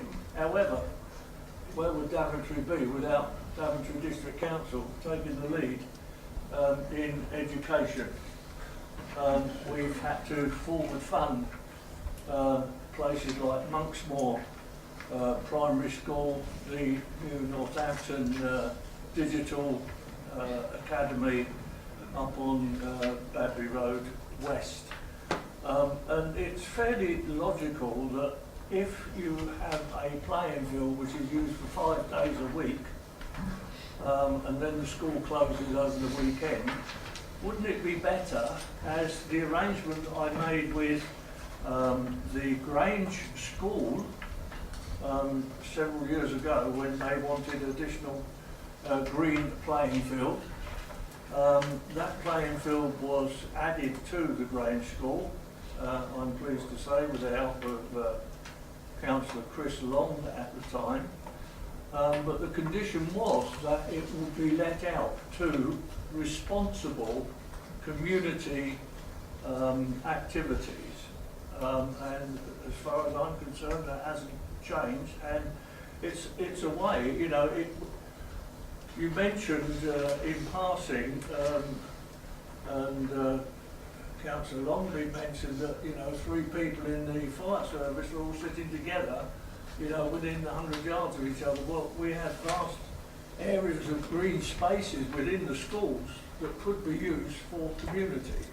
And if we are going to be able to be an enabler, as we have done so with education, and not forgetting that a major school wants to come to Daventry, I don't see any reason why those facilities can't be used. Thank you, Councillor Paul. Councillor Yeah, Randall, just to come back on that, yeah, I understand that, but what are we saying? Are we saying that we are going to jointly work with the schools, every school, I assume, that's got a playing field, and say that we are going to jointly act and be involved in the booking of their sports facilities? No, I'm not. Is that, no, but I'm reading this, and I'm just saying, it says will involve joint arrangements with schools and other bodies to affect efficiency. So are you saying that we are actively seeking the schools to use their playing fields, or are we saying that if there's an income, we share it? That's I'm just getting confused over that. So I just want to clarify that point, please. Chairman, I'll endeavour to assist. The point that paragraph is seeking to make is that there are times we'll build things, like a new or to extend or whatever, but there will also be times when the best outcome for the public is some kind of shared facility with a school or a college or whatever else. And that requires ongoing management of that relationship, and it is probably a contractual relationship of some kind. And therefore you need a particular kind of person with a particular skill set to deliver that for the council, which is a different skill to the skill of going and building something. That's all what the paragraph come back on that, but surely schools generally, if they want to hire out their facilities, they hire out their facilities. If they don't want to hire out their facilities, that's up to them. That's their decision. Being a school governor for 20 years, the lots of times you would not want to hire out a school because there's a lot of insurance. And if you don't need it in that, surely that is down to that school to decide. I don't understand. Well, lots of these senior schools are academies now, they're obviously private academies. Yeah, but why do we need to get involved? Surely that's for them to deal with their own, and they can book outside. If they want to book their Bangor on a Saturday morning to, I don't know, whatever football club, surely that's down to them. I don't see why we need to get involved. This is more strategic, sorry. Chairman, it is indeed more strategic. It's about building up those relationships, both legal and, if you like, softer relationships, to make sure that happens. Schools are notoriously poor at marketing and having external bookings for their sports facilities. If we can assist them in that, that's good for them and it's good for the broader community. So as I say, it's that skill set we're looking for. This report doesn't try and tell you precisely which school or what type of relationship. The point is we need someone who has the skills to be able to take that work forward. And so just at the end of the day, it's the school who decides whether they want to let out their facilities or not. We're not going to try and enforce them to do that, are we? We have a duty to try and just encourage them to use. If you've got a group come forward, you might direct them to that school to say they've got a field that you might want to get in touch with the school. Is that what you're saying? Yeah? Is that right? Just one point of clarification. Where there is a new school, it's quite common for the planning commitments for the school to require community use because it's an efficient way of using land. That will be the case probably for virtually every new school that comes forward, I would suspect. So in that case, there is a bit of compulsion with the council local planning authority saying we must do this as an addition to the planning consent. But with existing schools, it's unlikely to be compulsion. Right, okay. Thank you. Thank you, Councillor Randall. Councillor Hillis. Yeah, thank you, Chairman. I'd just like to comment on this business about the schools. I'll give you an example. As you know, sport is, and youth and young people are a couple of my passions. There was a new football club starting by the name of Daventry. And the chap who was starting it wanted to talk to the school and see whether they could get a help regarding the facilities. Now, he invited me down to one of their training sessions. We went down, and then at the initial meeting, I went with them. So, whilst we weren't directing and saying this is what should happen, I felt I was playing my part in giving them support and encouragement that in the finish, the school saw their way and went out their way to help them. So I think that's areas where we can get involved, and I do get involved in my portfolio role with the schools. I don't think it's up to us to tell them exactly what they've got to do, but where there's an occasion they want help and a bit of support, then I think it's my job in my portfolio, if I can give them help, to give them help. And that's where, and the way that I work. I'm very pleased to say that I support this because I think that we must relieve some of the pressures on our staff on what we've got, because we've got a hard-working staff and this is needed. I notice, and I will say to Councillor Lomax, I totally support what Simon Bowes has said, that the hockey is very high on the agenda. We've attended meetings, as you and I have, Chris, on this, and it's certainly not forgotten, I assure you that. And one of the other things that we certainly don't forget about, and that I'm passionate about, is, and I know you are, Catherine, is disabled and our disabled sport and our disabled people. I had the pleasure of going to the school summer games today. I'm very pleased to see that there was a Paralympian there who spoke to the children, and that was very, very worthwhile, because they don't have any inhibitions about talking to people at that level. It was a great thing. On the sport and physical activity, I'm very pleased to see that we've got somebody who's going to be involved in it. What I would say from my point of view, I hope we can get somebody that's got a bit of sporting know-how and a bit of sporting background, because I'm not going to say it's complex, but when you look at all the various sports and the associations, they've all got their own head associations, different associations that you get involved in. It's not just Sport England, it's the FA, it's the rugby union and things like that. You do need somebody that's got a bit of knowledge in that and I welcome it. I just say that I hope that we can attract that type of person. Thanks very much for that positive contribution, Councillor Hills. Councillor Lombard. Yeah, thanks, Chair. I think this paper is all about allocating £147,000 for additional staff. And my point of clarification, interestingly, is looking at the bottom of page 308, 4.3, is on the deployment of the staff. I mean, it's, you take, for example, the CPO, assistant CPO, is that effectively 1.5 days a week? Is that how, or are you going to deploy additional as well? How are you going to do it?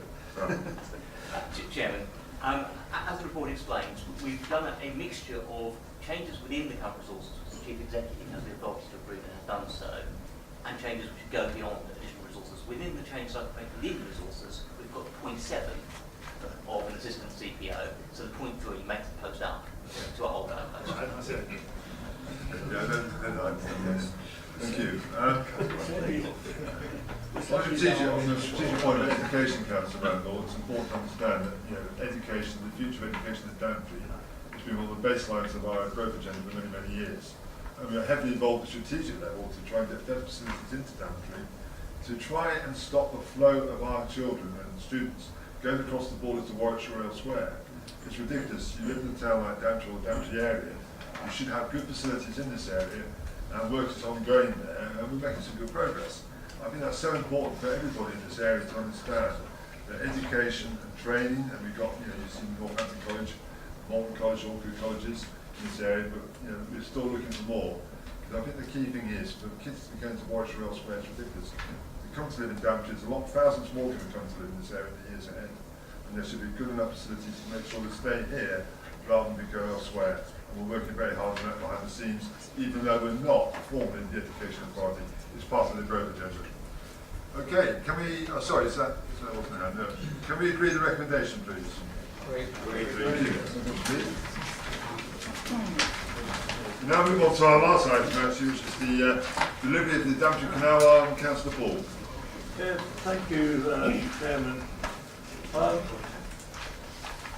Members of the public, and I welcome members of the public. It doesn't happen very often. It doesn't happen as often as it should do to see how a council works. I'm not particularly interested whether you are for the papers or whether you're against the papers. I seriously welcome your attendance and thank you for it. The report before members is the first of 3 phases. The water space at Eastern Way, a marina and a canal, which is before you tonight, boat lift and or incline plane to follow on from that.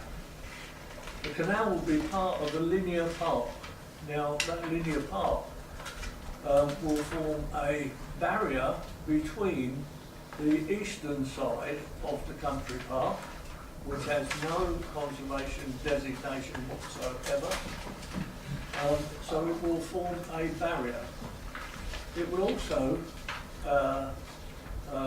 allow within that linear park a canal to be built. It will be access for all into the park. You'll be able to go from Daventry, town centre, from the Icon, right up to the Grand Union Canal and beyond. You'll be able to travel by foot, cycle, mobility scooter, which is quite incredible because with old canals you couldn't do that. They were fit for a tow path or for a horse to go along, but the requirements these days is access for all, so it will be. It's worth mentioning the finished product. From the Grand Union Canal you'll be travelled to whatever, as I've just said, foot, boat, cycle, etc., to the boat lift incline plane with its own visitor centre as an attraction. The plane will be the first worldwide. What's the difference between this or any other? Well, it's revolutionary in the sense that it can operate in many different ways. The two caissons, the bathtubs that carry the boats up and down the slope, will be operating in a what I would call portrait. So to demonstrate, they will go that way and not that way.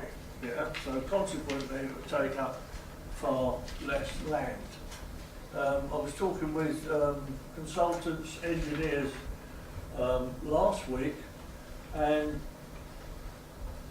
quite honestly could fit in with our green ethos, because to get one of the caissons up the hill, it will take about 18 kilowatts of power. When it goes down the hill, the power that it generates will go back into the grid or back into lighting here, there or wherever, but the power is regenerated. And what's the difference between this or any other lift? Could be at Foxton Locks or places in France, in Savoie. Well, the difference being is that, as I've explained, one can go up, one can go down. With this system, you can disconnect and you can have two going up and two coming down, depending on the rate of requirement. You can have it in standard form, one up, one down, or in the winter months when very few want to use the facility, you can disconnect one and have one going up and down.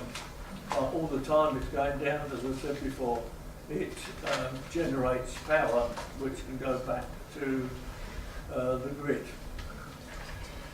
Once you're at that centre point, which is roughly around the dam area of the current country park, what we're looking at is a road or to make up the paved area from the entrance to the country park to the dam area, and renew that so that it is suitable. Those that have tried it at the moment to either push a wheelchair or push a pram will know it's quite difficult. So we'll bring that pathway up to a standard which will be appropriate for all. There will be a visitor centre at the entrance to the country park.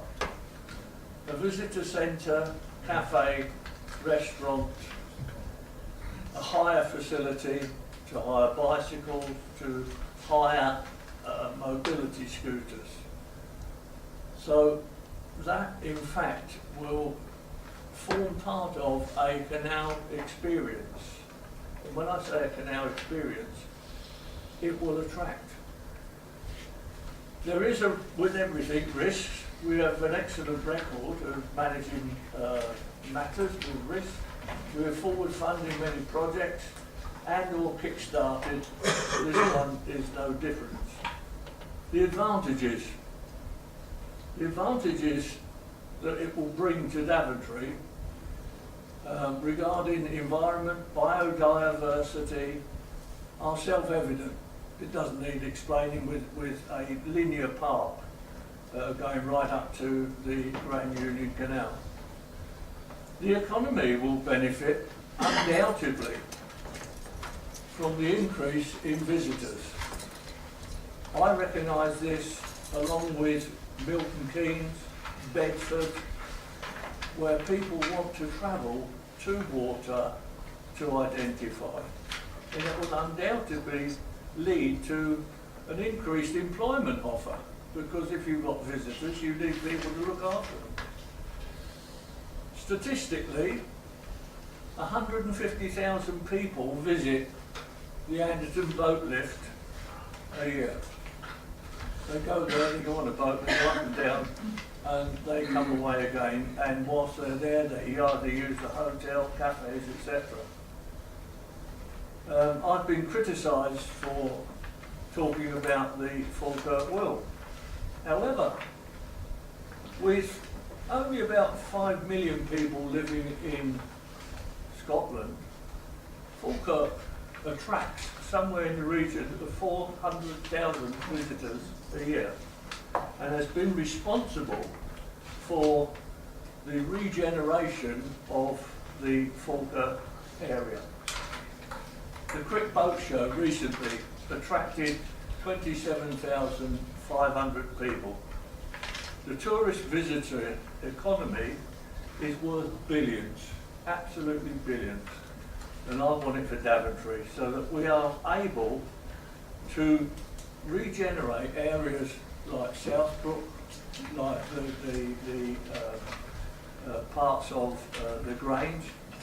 We need money into this town. We can't supply all from the DDC, and a way forward is to bring the money into the town.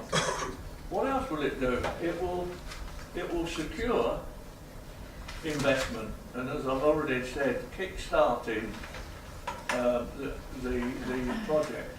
Many people have said to me, well, it's a ditch. It'll never get funding, you've never asked for funding, etc., etc. You can't ask for anything unless there is certainty in a project. The recommendation before you gives you certainty that the canal will start.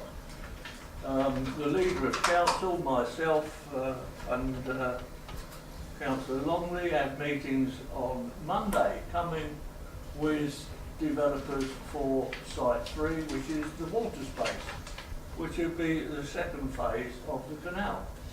And there will be further talks with the developers of the North East Sue, or commonly called the Churchfield site. I have every confidence that it will do what it says on the tin. It will bring in many hundreds of people, thousands of people to this area and be the catalyst for the tourist industry to focus on Daventry, to fill our shops, restaurants, cafes that will be part of the water space. Thanks, Chairman. Thank you, Mr. Councillor Paul. So we now have the discussion. Councillor Ritchie. Thank you, Chair.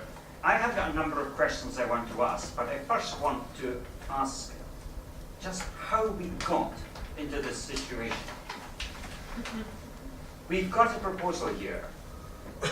One of the biggest things that this council is going to need to consider, an expenditure of nearly 9 million from its reserves on a project that has been considered for a way about, what, certainly 10, 12 years.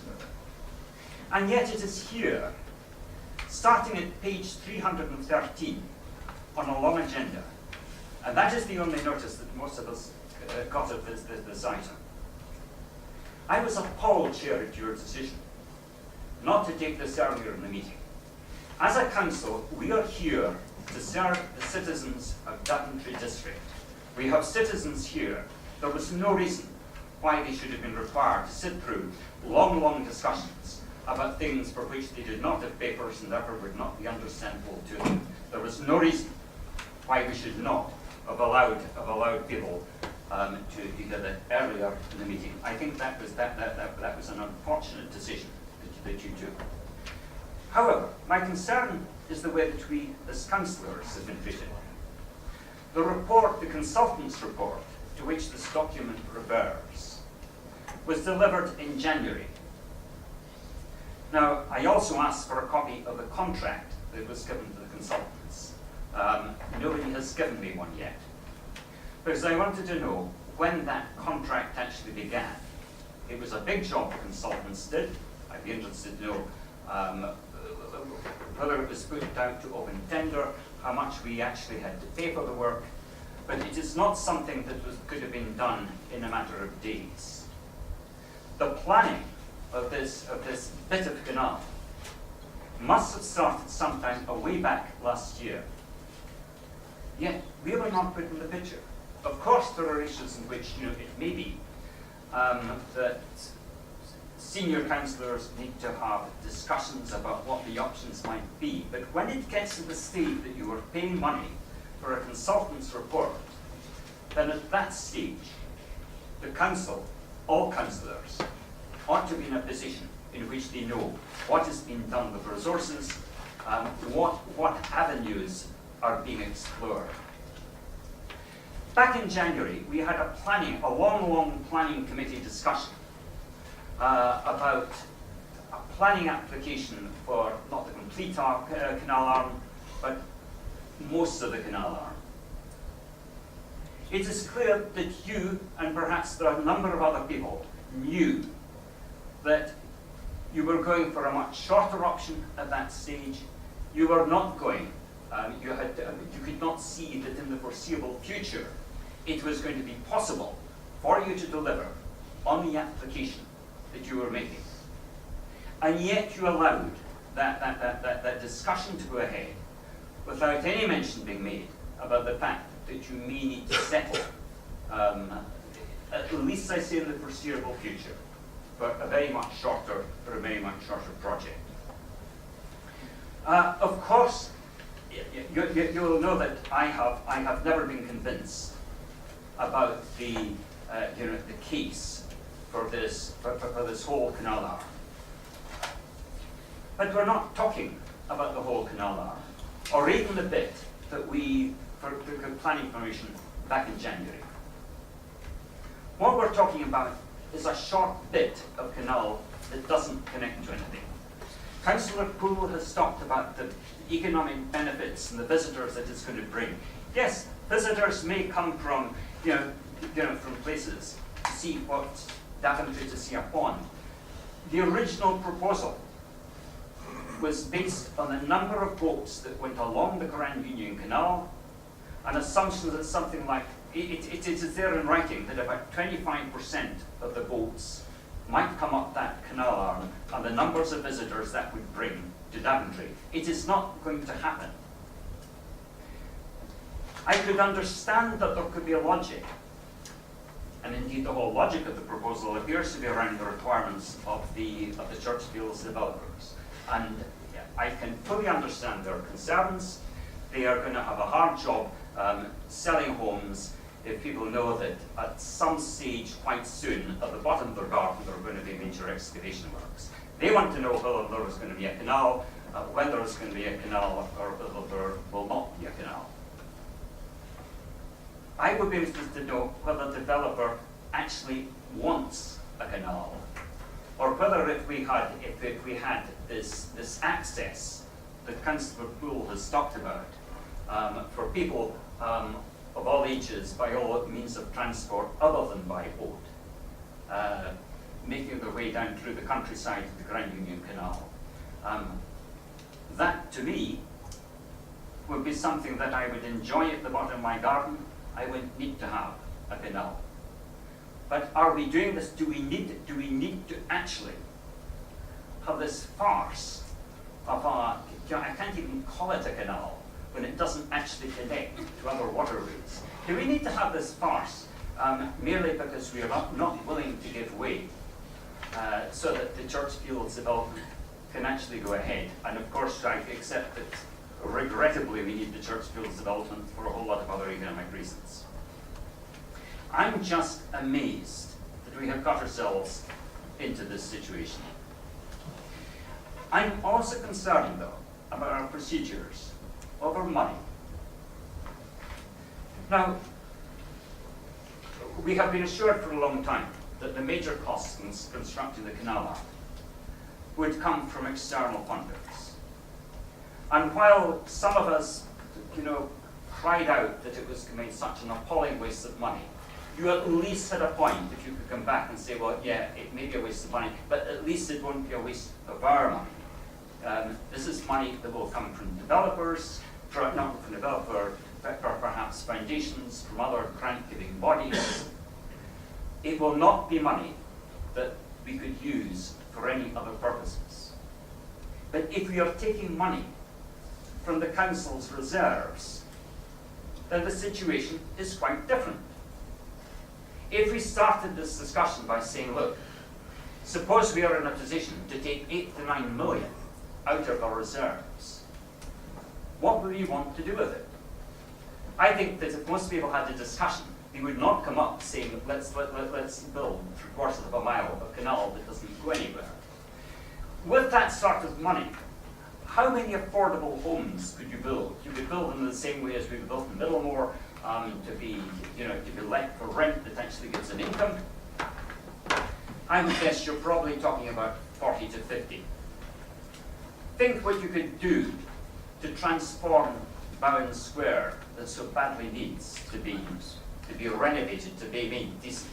Think what you could do with that money to move forwards in all the plans for developments behind the high street and the cinema and all the other things that people actually want for Daventry. And yet, you're talking about taking 8 million or 8.7 million from the reserves to put into a project that nobody seems to want. You admit in your document that you haven't had any success in looking for funding, and of course you haven't, because funding hasn't come along in the last 12 years that this has been around as a proposal. I just think it would be wholly irresponsible to agree to this proposal going ahead without there being very, very firm evidence that in the foreseeable future and in a fairly short time frame, money was going to be there to actually complete the entire canal arm as proposed. Of course, I don't want the canal arm. I don't like the idea. I don't think it stacks up. But you actually move ahead without there being some reasonable and some solid assurance that for years to come, Daventry was not going to be lumbered by something that I see you could hardly even call a canal, because it doesn't actually go anywhere and would therefore be quite unlikely to have boats on it. Thank you. Thank you, Mr. Councillor Ritchie. We'll come back to those points, I'm sure. Councillor Randall. Yes, thank you, Chairman. Obviously, we've discussed this many, many times in this chamber, and every time that we've discussed it, it's always been about investors coming on board. Never have I heard it mentioned about us using any of our budget. Our local MP, Chris Heaton-Harris, who is president of the Canal Trust, he has always maintained that this canal would never, ever be funded by public money.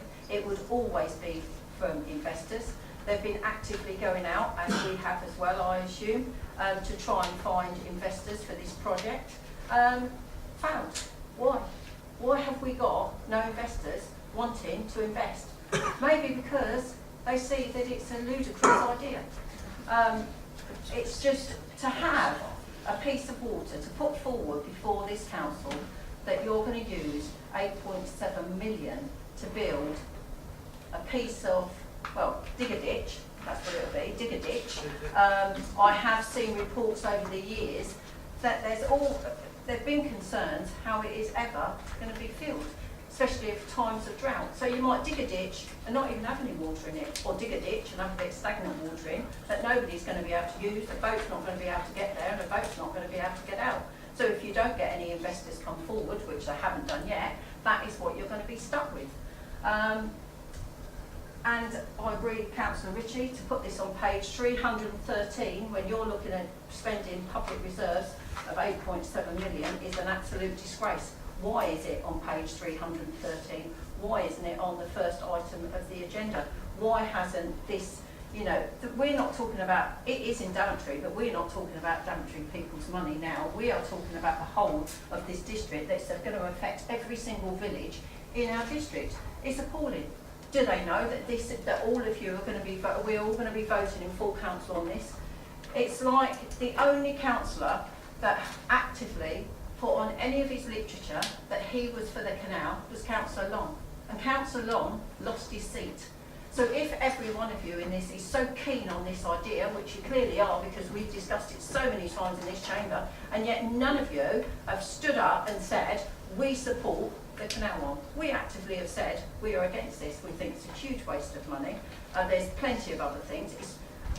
I've said in this chamber many a time the sort of ideas that I would have to bring people into this town. I'm out and about talking to people all the time. If you want to see, just go onto Daventry Express site, they put up there that we were discussing this tonight, and you want to see the list of comments from people, all negative, waste of money, what do we want it for, what's it going to do, what's it going to bring.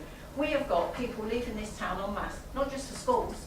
Yeah, we do, our education is poor. So is everything else within this town. This town, when I moved to this town 30 years ago, was a pretty, thriving town. I walk down the high street some days, there's not a soul in sight. Why? You know why? Our town has grown and grown, and we have lost facility after facility after facility. And now what you want to do is put in a ditch with public funding. Absolute disgrace. Thank you for that positive contribution, Councillor. That's consistent with previous ones. Can I have Councillor Wesley? Thank you for letting me speak, Chair. I have to say, Chair, I actually have to agree with a lot of what Councillor Ritchie and Randall have just said to this chamber tonight. You know that I've never been in favour of this canal, but I feel a little bit disappointed in the presentation that we've had as well around this. Some fluffy words around possible tourism. The temerity to talk about biodiversity when Natural England actually completely debunked that aspect of the canal, basically saying it's a barrier to wildlife. So some of the things that Councillor Paul talks about, it's 400,000 people going to Scotland to a boat lift. It's not just a boat lift, of course, it's actually a whole tourist attraction. But we also say in this council that we have 400,000 people go to our country park anyway. So we've already got this mass of people. We're now saying we're going to put a tourist centre in the country park. The country park is a mile from Daventry town centre. People are going to go, might go to a restaurant there, but they're not going to go to Daventry town centre, are they? They're going to be at the tourist centre, which is a mile away in our country park. It's a barrier between the building and the country park. Well, it doesn't have to be a canal, does it? It can just be a green pathway. It doesn't have to be a canal. It can be anything. As you don't need a canal to have a path to drive a motor scooter, a disability scooter on. You need a path, not a canal. Canals are for boats. What we're talking about here tonight is an uncertain piece of work. We don't know whether it's ever going to get joined up. I'm pretty sure that the inclined plane is coming into play here because it's not possible to fill it with water and use a lockage system. Is that true? Can I have confirmation about that? Is this around the water issue? Because water is a massive, massive issue around this aspect. If you go down to the reservoir today, you'll see that in the last month that reservoir has dropped by more than 3 feet. It's probably about 50% now, and we're only at the beginning of July. The CRT are precious about their water. They do not want to give it away, and if there's any pressure on it, believe me, Daventry will not get the water. Brings you to the major question. Why don't the CRT want this canal? Why is it that the major promoter of canals in this country, the people that look after canals, promote them, try and get more people in them, try and open up stretches of canals all over the place, we're offering to give them a canal and they don't want it. Why don't they want it if it's so good? Now, I don't have anything against canals. I walk down canals all the time. I cycle down canals all the time. I'm on canals very, very often, at least once a week probably. So I'm not talking to a person that doesn't like canals. And the point is, I've got loads of them to go on around here. There's miles and miles of canal to get on around Daventry. Absolutely miles. And it's nothing new, it's nothing good, and it's nothing that exciting. And I just do not understand it. But Councillor Paul's presentation tells us, it gives us numbers, tourists. Yeah, there's loads of money in tourism. There's loads of money in lots of things. I mean, that's just words. The fact remains this is totally uncertain. And the uncertainty in a huge lump of money that gets taken out of this council. Now, everyone here should understand that stops other capital projects. It says so in the report. It says it puts capital projects at risk. That's all the bits and pieces that we're talking about that we want in the town, in the villages and everywhere else. Now, if it doesn't come to fruition, everything is risk. This could take us 20 years into our capital projects. and we end up with half a canal. It's too much risk. There's too much risk and uncertainty around it. It may work, it may not, we don't know. It certainly doesn't revitalise Daventry Town Centre, it revitalises the country park. Two completely different things. I'll go along with Councillor Rich on this. Why don't we concentrate the funding and the money on something that can actually make Daventry better? Make the Eastern Way area into a leisure facility, a leisure area, a place of recreation.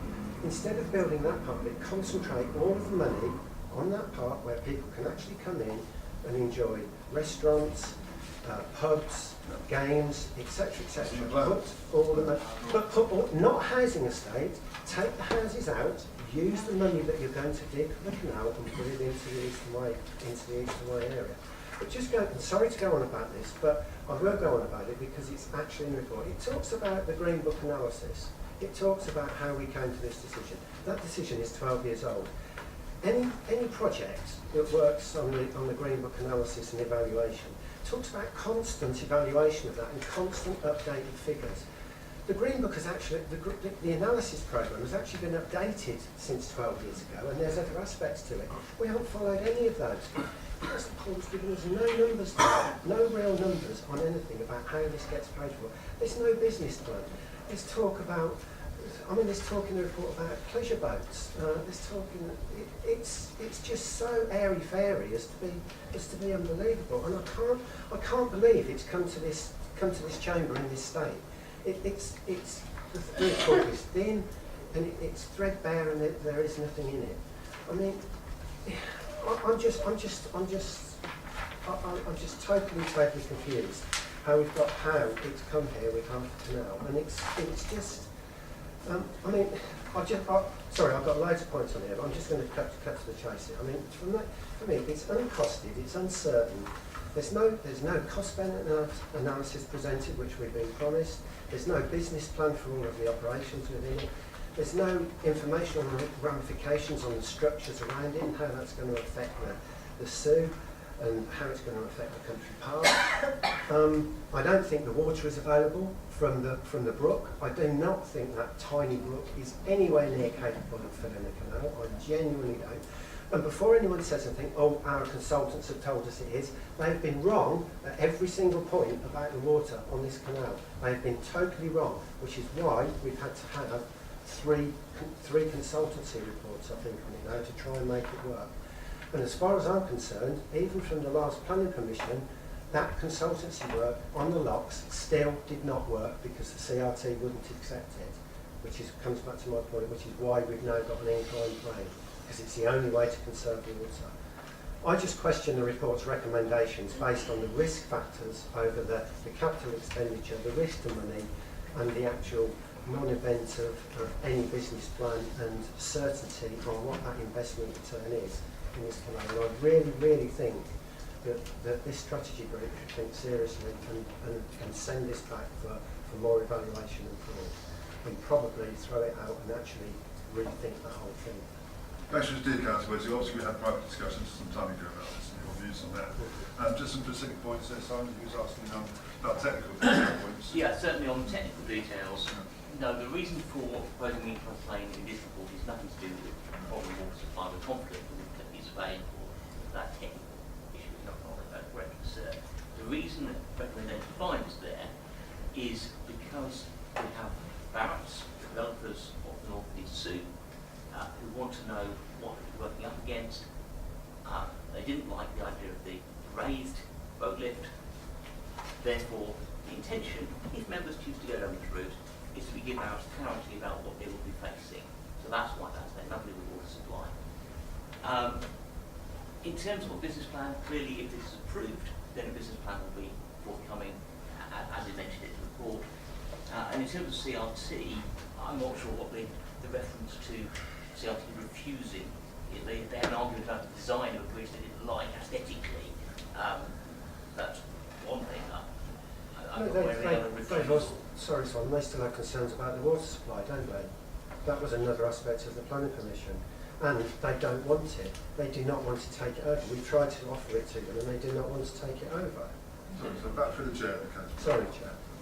Chairman, we haven't offered it to CRT. We're not at that point, so by definition we've not used it. And the water supply, they understandably, I'm getting rid of the water, that goes with all my water money is the root canals. Water supply is a key issue. And they wish to make sure their position is protected. Absolutely understandable. If I was an issue, I would say no issue with that. Through a check, just on the Climate River Trust. I've been actually told that I thought that we had actually offered it to them as a trust to take it on and run it when we handed it over to them. And it had been, I thought that's what you told me, Simon, I really, really did. But here's the thing, if you actually read all their reports on developments and everything, they don't even talk about it, they hardly talk about it. It's just not a major thing. Now you'd think they would be almost here trumpeting what a great idea it was, wouldn't you? You'd think the Canal and River Trust would be trumpeting it. And telling us they're right. I don't know if that's right. Sorry, Well, I'll stand by what I've said. The site bars have also been speaking to the CRT and other sponsors. I'll come back in a minute. Councillor Pritchard first then. Thank you, Chair. Councillor Wesley spoke eloquently. He spoke about facts. He spoke about risk.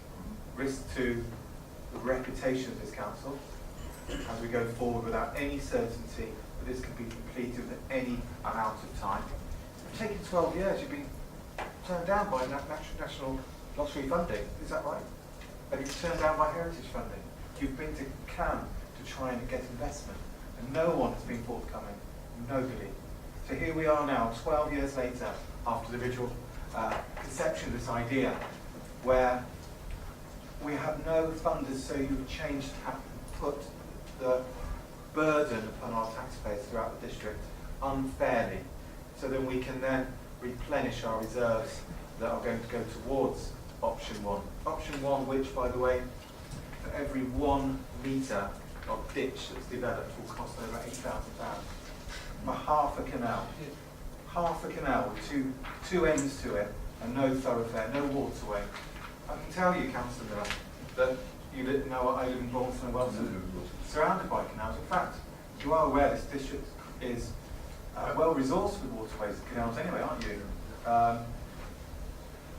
We started to become somewhat of a laughing stock, talking about craning boats into a ditch until we can actually... You don't say that, you may say that. No, people have said that. I haven't said that either, Councillor. Other people, I've told you I live in a waterway industry, and these are people who actually are Conservative voters. So there's no party political point to this at all, I can assure you. Where we are is 12 years ago, like I said, and I will give you this point, that we did have an economic downturn in 2008, it's a decade ago. But you're still rowing on towards this horizon of indebtedness, a horizon where there's no completion to this project. And we talk about this. I've been a councillor for just over 13 months now. But I've also worked in different industries, NHS, into procurement.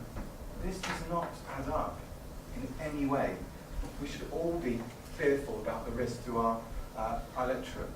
And is it fair for the good people of East Farndon, which is served by, I think, Councillor Irving Swift?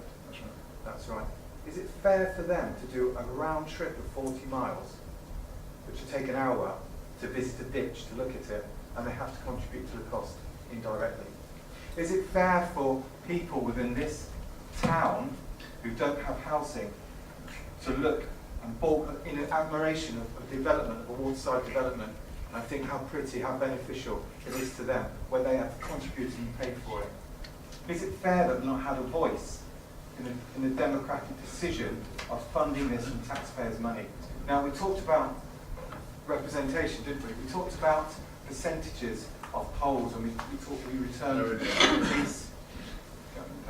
the police commission 10%. Well, it was more than that actually for the village referendum, and overwhelmingly they did not want this. I don't know whose pet project it is, but like I said, this isn't actual acumen for a district council in my mind. That's my point. Others, not me, might think this is actually the undertakings of a district council akin to Trumpton. And in fact, not me, others might suggest that the leadership in terms of delivering this project or not delivering, which is down to you, Councillor Miller, is more akin perhaps to someone who's less erudite, like Windy Miller, for Chumpton. Because let's face it, we have no completion on site.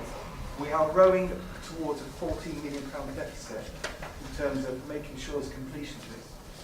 When we come back to the inclined boat lift, which is down to developers' concerns in terms of the way it looks, the height, the structure.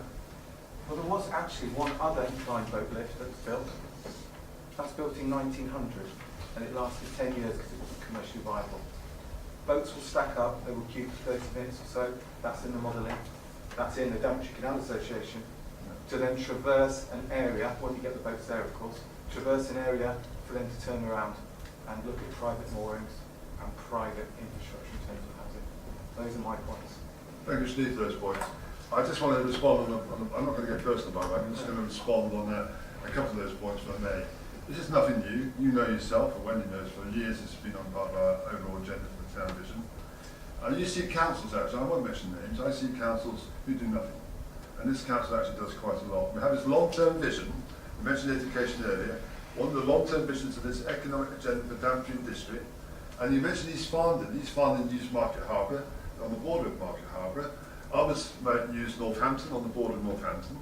We have obviously Rugby near us. But Daventry actually has always lost out. If you look at the county of Northamptonshire, Daventry has always been a poor neighbour when it comes to education, when it comes to youth. It has. I'm talking education already. No, I'm talking about the Daventry as a whole as a place. But obviously education plays a part, economic development plays a part. And the point about a vision is, unless you have a vision, you can always come up with schemes where you want to spend money. That's easy. But you do it here, there, and hodgepodge. This is part of a bigger picture.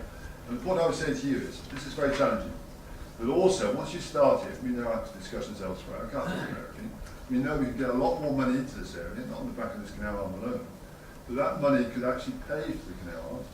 Because we have other, well, I can't say because we can't speak about it, but I'm just saying there's a lot of money in the background, and I wouldn't be going down this route, but I couldn't see other routes of getting that money in.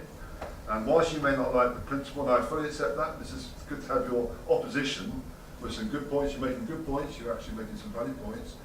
You're challenging quite correctly, which I want to see opposition do. Because if at the end of the day we can't do it, then we won't do it.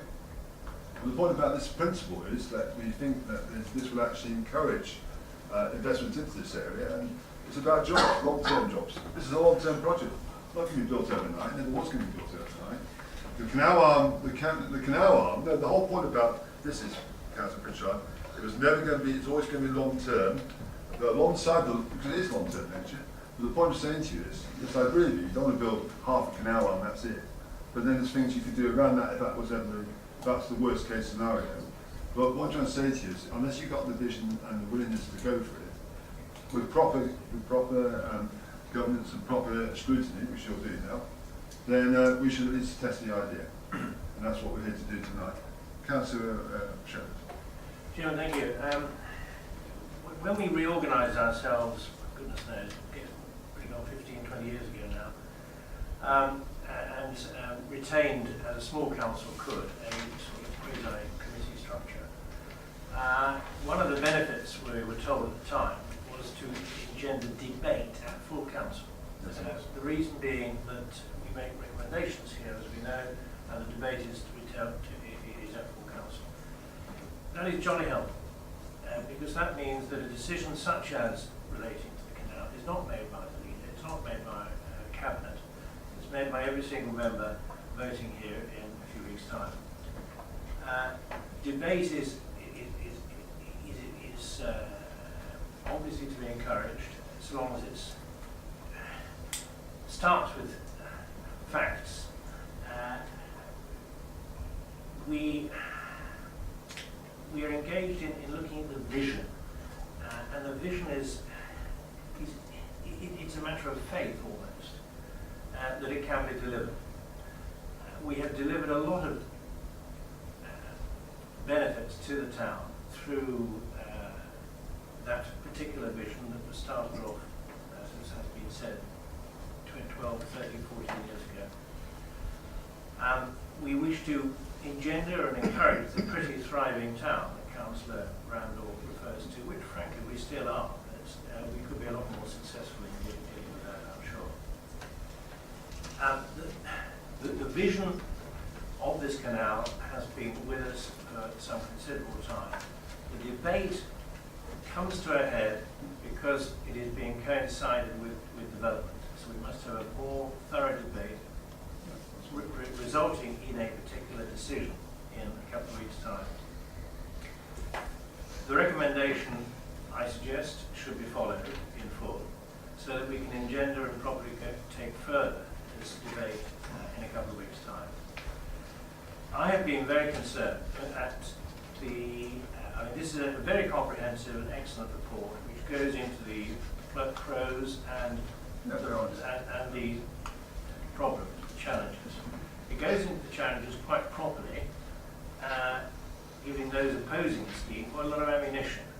Because as soon as you mention risk, you then break down risk into the headings that we see at paragraph 4 thereof. Those are significant matters that trouble all of us, that trouble me in my particular portfolio. So one has to be very careful about how one looks at those financial risks.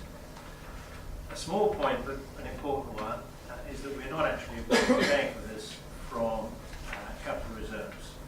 Capital reserves may be affected, hopefully only in the short term, because the funding is from SIL receipts. So the funding is from developer funding from SIL receipts. Now, the argument I can quite accept is we use those SIL receipts for other matters, right? But that is the fact of the matter. And the SIL has come along, and the concept, of course, since we began to have the vision many, many years ago. I'm reasonably confident that the financial projections are such that the risks are manageable. A key sentence in this report is at the end of 411.6, where there's reference to a business plan. It will be necessary by the time of the business plan approval, which of course will be by us as well, to have substantially reduced these risks. This seems reasonably likely, but cannot be guaranteed. So the suggestion is that the risks are highlighted at their worst case scenario in the concluding pages of this report. We have to take a view. We have to take a view on vision, not only for the benefits that this phase 1 would deliver, but also that the canal will be completed. That is an element of additional risk. That's a matter that we all have to have a vision on. We rely at the moment on a lot of previous experience of the leader and a lot of understanding and assumptions that further monies will be available to complete in due course the full length of the canal. That is an aspiration. I'm sure that will be delivered in due course. We can't give any indication that on the timings for that. What we can say at the moment is that we have had the vision to produce this project and run this project so far. I suggest that we continue to support it as a concept, that there's further debate at full council, where members will have all opportunities again, each one, and that will clearly take some considerable time. Thank you, Councillor Shepherd. I did let the opposition go first, and your views are no surprise, because it's been very consistent. And some of the points you make, I'm not arguing about those, I'm just saying to you, the point I'm telling you now is this, that whenever you be working in the council, members of the public got to understand this, we're in a world now where the development industry runs the show. And what you can get in Daventry or anywhere else is thousands of houses, and not much else. You look around the Northampton itself, there's thousands of houses being planned around Northampton, and what you've got to do is we're trying to build a place in Daventry. This has been our agenda since 2002. And whilst many may nod ahead, and I've got no problem about that, because obviously everyone has a view about what Daventry in the future will look like, we've actually tried to bring money into Daventry. We've been very, very successful in bringing lots of inward investment into Daventry. And this is part of the plans for that long term. Now I can assure you now there's discussions going on, which I can't discuss, unfortunately, it's private discussions, about future funding streams. And that's always been a way. You know, a lot of work goes on behind the scenes, and we're talking about government here as well. And about getting more money into Daventry. So that's part of the problem here. We can't discuss everything very openly, but we won't be bringing this paper to you unless we thought there's definitely a way forward. Even though I fully respect your views on what you see before you. I'm just saying that's a fact. But we're also accepting there's a risk, and there's always risk in everything you've done. There's always a risk, because obviously if you don't take a risk, there's a risk of doing nothing actually. And the one thing about doing nothing is you're guaranteed to have nothing at the end of the day. Councillor Collins. Thank you, Chair. Obviously, for the plan to be a success, it needs the full canal. Obviously, that's the critical thing. Without that, it would be nothing more than a vanity project and a complete waste of the funds and everything else that goes into it. And the fact of the matter is that would look appalling on all of us. I'm going to assume positive spin and assume that it was built in its entirety and think about what that could do. Because one of the easiest things for me to do is sit back and actually just go against it completely. I can see that the town really needs an injection of new people coming into it. I know as a council I haven't been attached to it for a very long time, but I know you've considered many other plans in the past and many of them have been rejected. But we're at a situation really a crossroads really as a town, that if we don't do something quite unique and new, obviously considered, it has to be, it really has to, all sides have to be considered about this project. We will never have an investment or potential of investments that this could bring in. And when we say that it doesn't help, protect the environment and those things like that, I find that wrong, because actually a canal by definition, they've been there hundreds of years. They protect all the land around it, and by definition all the flora and the various things that happen will naturally go hand in hand. There are risks, and rightly pointed out about the water, yes, that is very true, and that has risks on farming communities and other things, but assuming that all the criteria is met, then it's a sound risk. I want to see this kind of opportunity for Daventry, not necessarily for myself, but for future people coming in. I do see it as a way to bring in a lot of new businesses to Daventry. I also see it as a way of bringing in a lot of new cottage industries into Daventry, which we currently don't have. Yes, there is a good point about it being actually, as you look at the canal and consider it in location to Daventry, there are some considerations that need to be made about how you would get those people into the town. But I'd rather have those problems actually, to be totally honest with you. For me, it really comes down to a very simple thing. We have to weigh up the risk and the positives that it can bring in. I think if we don't do something, and we are kind of at that crossroads, you'll be looking back in 20 years and wondering why nearly every shop in Daventry will be closed, and you'll also be considering why many people have left. You have to do something pretty unique now, because we are a market town that is really only got two routes in and out, and that's why I think we have to do something quite bold. If it wasn't for the fact it was a full canal, it would be nothing more than a vanity, so I thought it was worth raising both sides. Thanks to you, Councillor Collins, for those positive comments. It is a bold scheme, we know that, it's a very bold scheme.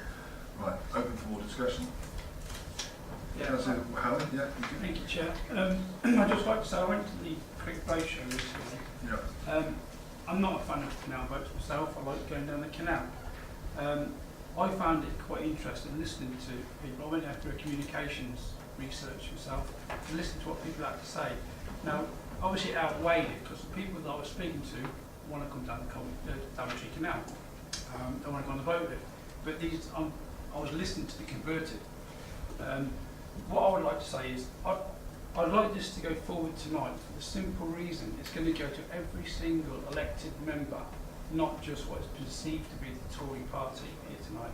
So every single member will have a vote, who come from all the villages that have been spoken about, that probably won't come to Daventry and don't come to Daventry and don't spend their disposable income. They spend it elsewhere, like Rugby, like Oxford and everywhere else, Milton Keynes. So these are the councillors who do want to know about what's going on in Daventry, and I think listening to and sending it tonight to full council will get the reaction from the councillors from the surrounding villages, not just the town. Thank you. Yourself, do you support the scheme? I support the scheme 100%, yes. And so do the residents I represent as well. And that's why they elected me. Thank you. Councillor Howard. Oh, sorry, Councillor Hill. Sorry.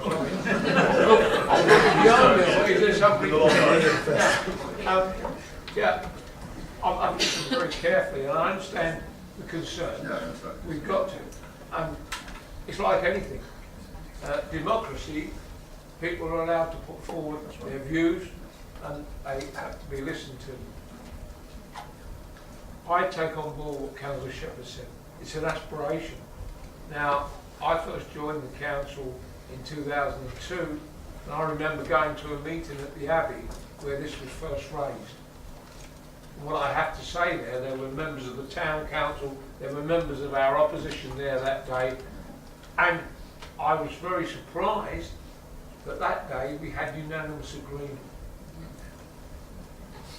That was from all parties, and I'll say that to you in all honesty, because anybody who was there on that day witnessed that. So the canal was approved then. Now we followed through on this. Now I hear the comment, nobody wants it. That's not true. I'm not saying you're lying, but I very often hear, no one wants it. The point is, as Councillor Howard said, when you talk to the residents, particularly on our ward, and you go around and you knock on the doors, as I do quite frequently, yes, there are people, I've had people say to me, well, if you're going to support it, I won't vote for you. My answer is, well, fair enough, because that's your choice. But having said that, there is a lot of people who do support it and do want it. Now, we've got to push this forward, because if we don't find something for Daventry, to move Daventry forward, to improve our high street, bring footfall into our high street, Daventry will die. And I take on board what Councillor Collins has said, we need to do something. So let's push this forward, let's support it, let's go to the full council, and then let's move forward then. Because as you so rightly said, Chris, if nothing happens, then we won't do it. Nothing will happen. Yeah. It won't happen. But we've got, the easiest thing is to do nothing. The easiest thing is to do nothing. So I certainly feel that we should move this forward. Not because it's some fancy that I want, it's because what I want is the best for our future generations. It's not what we always want, because I look at my age, no, I shan't be here in the future.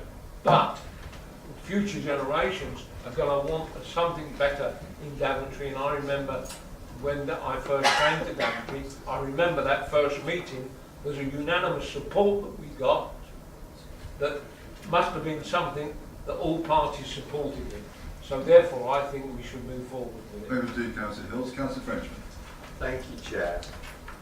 I think reading the report, it does raise quite a lot of questions that need answers. It's an honest report. And it is brutally honest in some instances, and as somebody said earlier, it does give some ammunition to those that are steadfastly refusing it. Yeah.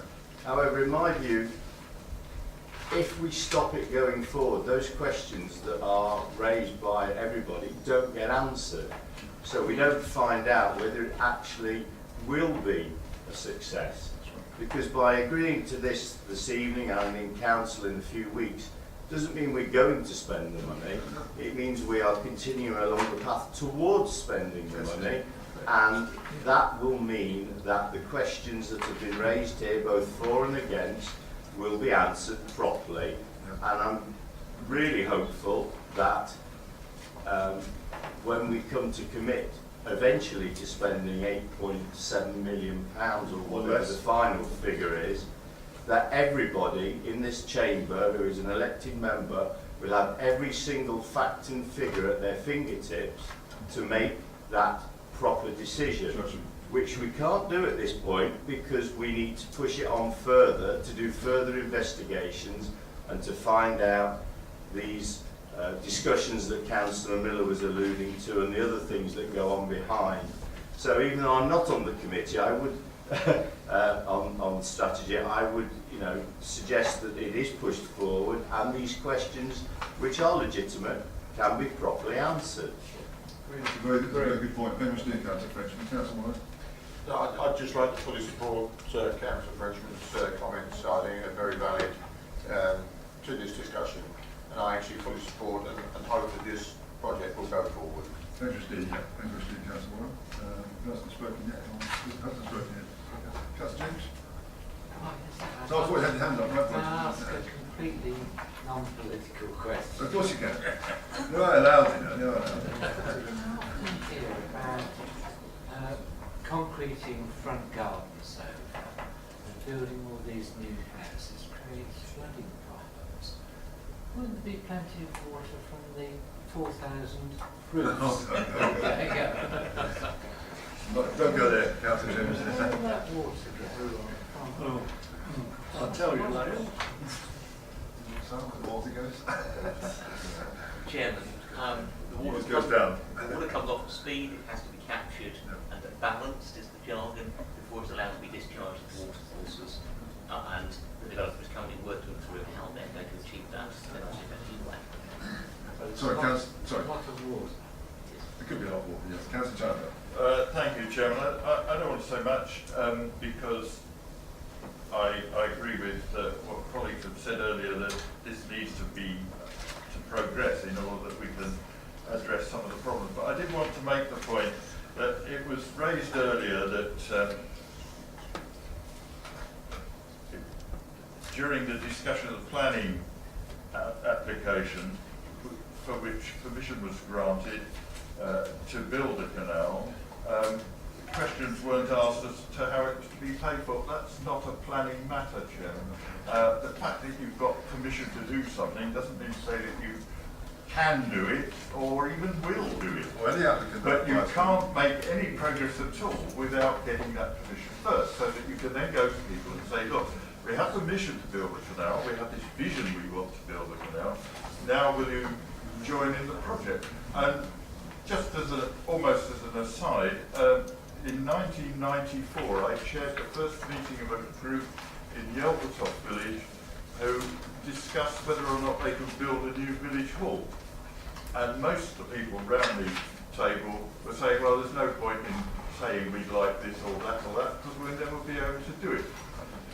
Some of you have been lucky enough to visit the Yelvertoft Village Hall recently. It's a splendid project which has cost over £1 million, mostly of other people's money. I always find it fascinating actually when you hear town members, and the one in particular I think of, who always puts the town down. We had it today about Daventry's this and Daventry's that. Actually, Daventry's got a lot to offer. And I went to an event at the weekend, and it's a strictly dancing competition over the road. It wasn't actually dancing records, but I was actually presenting some prizes. And the atmosphere in that building, bearing in mind the tough times we're going through nationally at the moment, was actually a sight to behold. And there's a lot of good things going on in Daventry. Now, the point I'm saying here about aspiration, because our agenda has always been aspirational, and it's great to try and achieve something, and if you don't achieve it, or you're going to achieve more than you would do otherwise. I'm not knocking back any comments made tonight about the report. I think some very good points being made about taking it to the council and to test it to see if it can happen. And I know that the opposition have always been opposed to it, and I've got no problem with that. That's your view, and I respect that.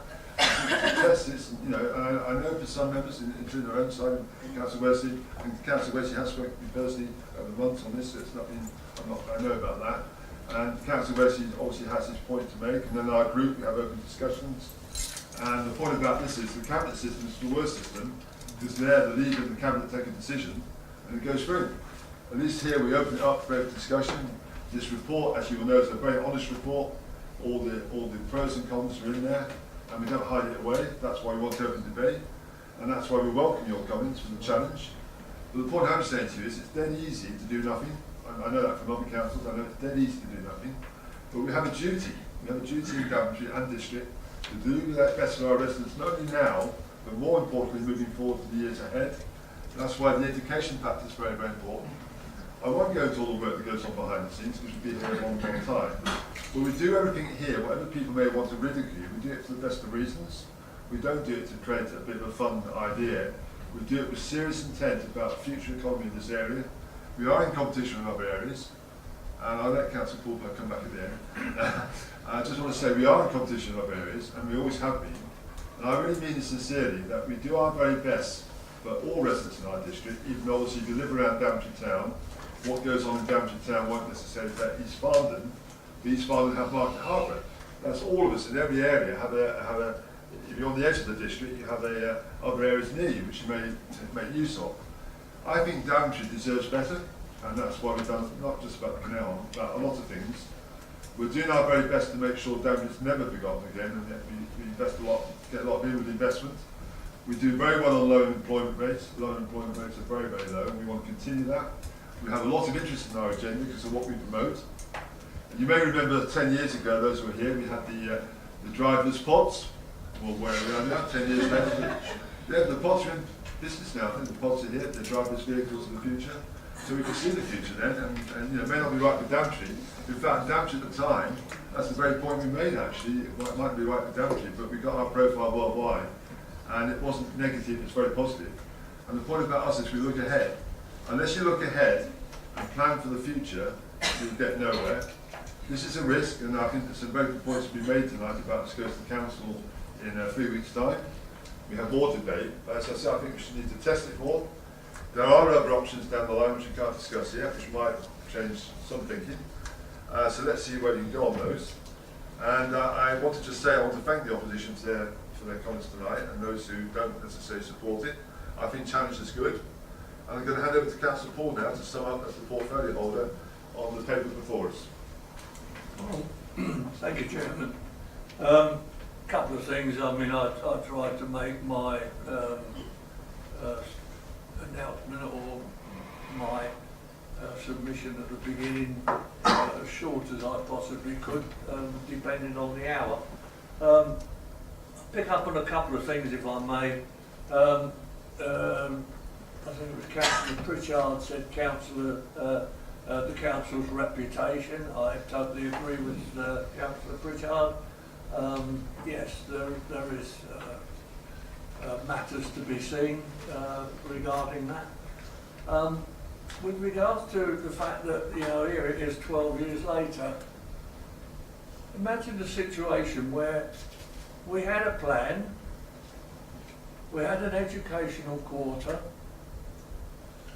we were then promised £30 million for the then government of the day, and at the 11th hour, I won't say in the 11th month because I think it was the 12 months, they removed the £30 million that they were going to give us for our educational quarter. That was a considerable knockback. Councillor Pritchard very kindly highlighted in one of his reports to S&I several weeks ago about the 2008 crash. Well, the 2008 crash was only 7 years ago, and we are still I mean, that's right, Councillor Paul, 9 years ago. 9 years ago. No. 9 years. 9 and 8, 17. That's why it's 8.7 million, Chairman. But nevertheless, you know, we're still suffering. Who in this chamber knew that the big four supermarkets will pull out not only of all future developments, but the renovation and, in fact, start closing their stores? Who suspected that? I certainly didn't. Who suspected the upturn of Lidl or Aldi in this country? Who would suspect that people like me would go to Aldi's and Lidl's? I wouldn't be seen out of it now. Point was made about employment. Pleased to say that Daventry is 6% higher of people employed than the national average. That pleases me. When we talk about our high street, we can do more for high street in niche shops. Yes, we can, and we will, because we have the Site 5 development coming along. I think the planning papers will be through very shortly. I think they're going to the town council planning next week for their views to go forward, so that will bring additional retail into the area. Our void rate, in other words, the number of shops that are empty in our high street, may surprise people that it's about 4%, which is way, way lower than the national average. Oh, but we're not Elliott's Fields. Go to Elliott's Fields, try to park. Yeah. Not only that, when you can't park at Elliott's Fields, go and park in the clock towers and see what Elliott's Fields and the Junction 1, whatever it's called there, with the Range and Matalan and the cinema. Yes, I do agree, Wendy. But you know, see what that's done to Rugby High Street. I think it was Councillor Ritchie that mentioned 25% boats. Yes, you're absolutely right. But the idea that boats going across a boat lift or going across the up and down the Anderton lift or around the Falkirk Will generates the amount of money, it certainly won't. And it's acknowledged that it won't. There are, however, two very, very profitable boat lifts in Belgium. There was another one in Savoie in France. So, you know, this is nothing unusual. Somebody mentioned Bowen Square. Why did we tidy up Bowen Square? It wasn't this council, or it wasn't this led council by Councillor Miller that actually sold Bowen Square. It's a private entity. It's up to us. Incidentally, in the knowledge that the canal is going forward as a portfolio holder, the agent for Bowen Square, who was very few and far between with his visits to Daventry, all of a sudden wants to come and talk to me. That's very interesting. Chris Miller, Councillor Miller has always said commercially sensitive. Braunston, yeah, that's interesting. Braunston Marina, how it was opposed by the local members. It will never work. It will be derelict, and what is going to go on? Look at Braunston Marina now. Look at the antique boat exhibition, boat show that was there. I had the pleasure of talking to Councillor Ritchie at that show whilst we were admiring what was going on there. I go back before I moved to Daventry, when the canal and there was a ramshackle heap of Councillor Paul, we're trying to finish by 9:50. Yes, I'm getting there. Councillor Frenchman has in the past, and no doubt he will repeat in the future, about Market Harbour and their little harbour, their little marina. And the one thing that Councillor Frenchman has always said, I don't want it to be like Market Harbour, I want it to be better. Absolutely brilliant. 4,000 homes being built in Daventry. We are up to speed. It's more than 4,000. Well, more than 4,000, but we're talking about on that particular site at this moment in time. Affordable homes, and I think the officers will agree with me that we're either up to speed or over and above the allocation for affordable homes. Would I like to build a canal outside my window? No. And the idea that we're talking now is purely and simply that we can talk with the developer and build the canal and the housing in tandem. Because the scale of economy is simple. You know, I don't want to move this pile of soil over to there and have to move it back again. No more does the developer want to do that. So for scale of economy, it makes absolute sense for this canal to go forward in the way that it's suggested within these recommendations. That's all, Chairman. Thank you, Steve, Councillor Paul. Well done. 5 recommendations before your committee. Those in favour? Agreed. Agreed. Against? Against for one round. Thank you, Steve. 4 for Councillor Collins, yeah. Just do your formal recommendations. Yes. Thank you, Mr. D. Okay, that's then approved, and I'm happy to say that now concludes the meeting. Thank you for your patience.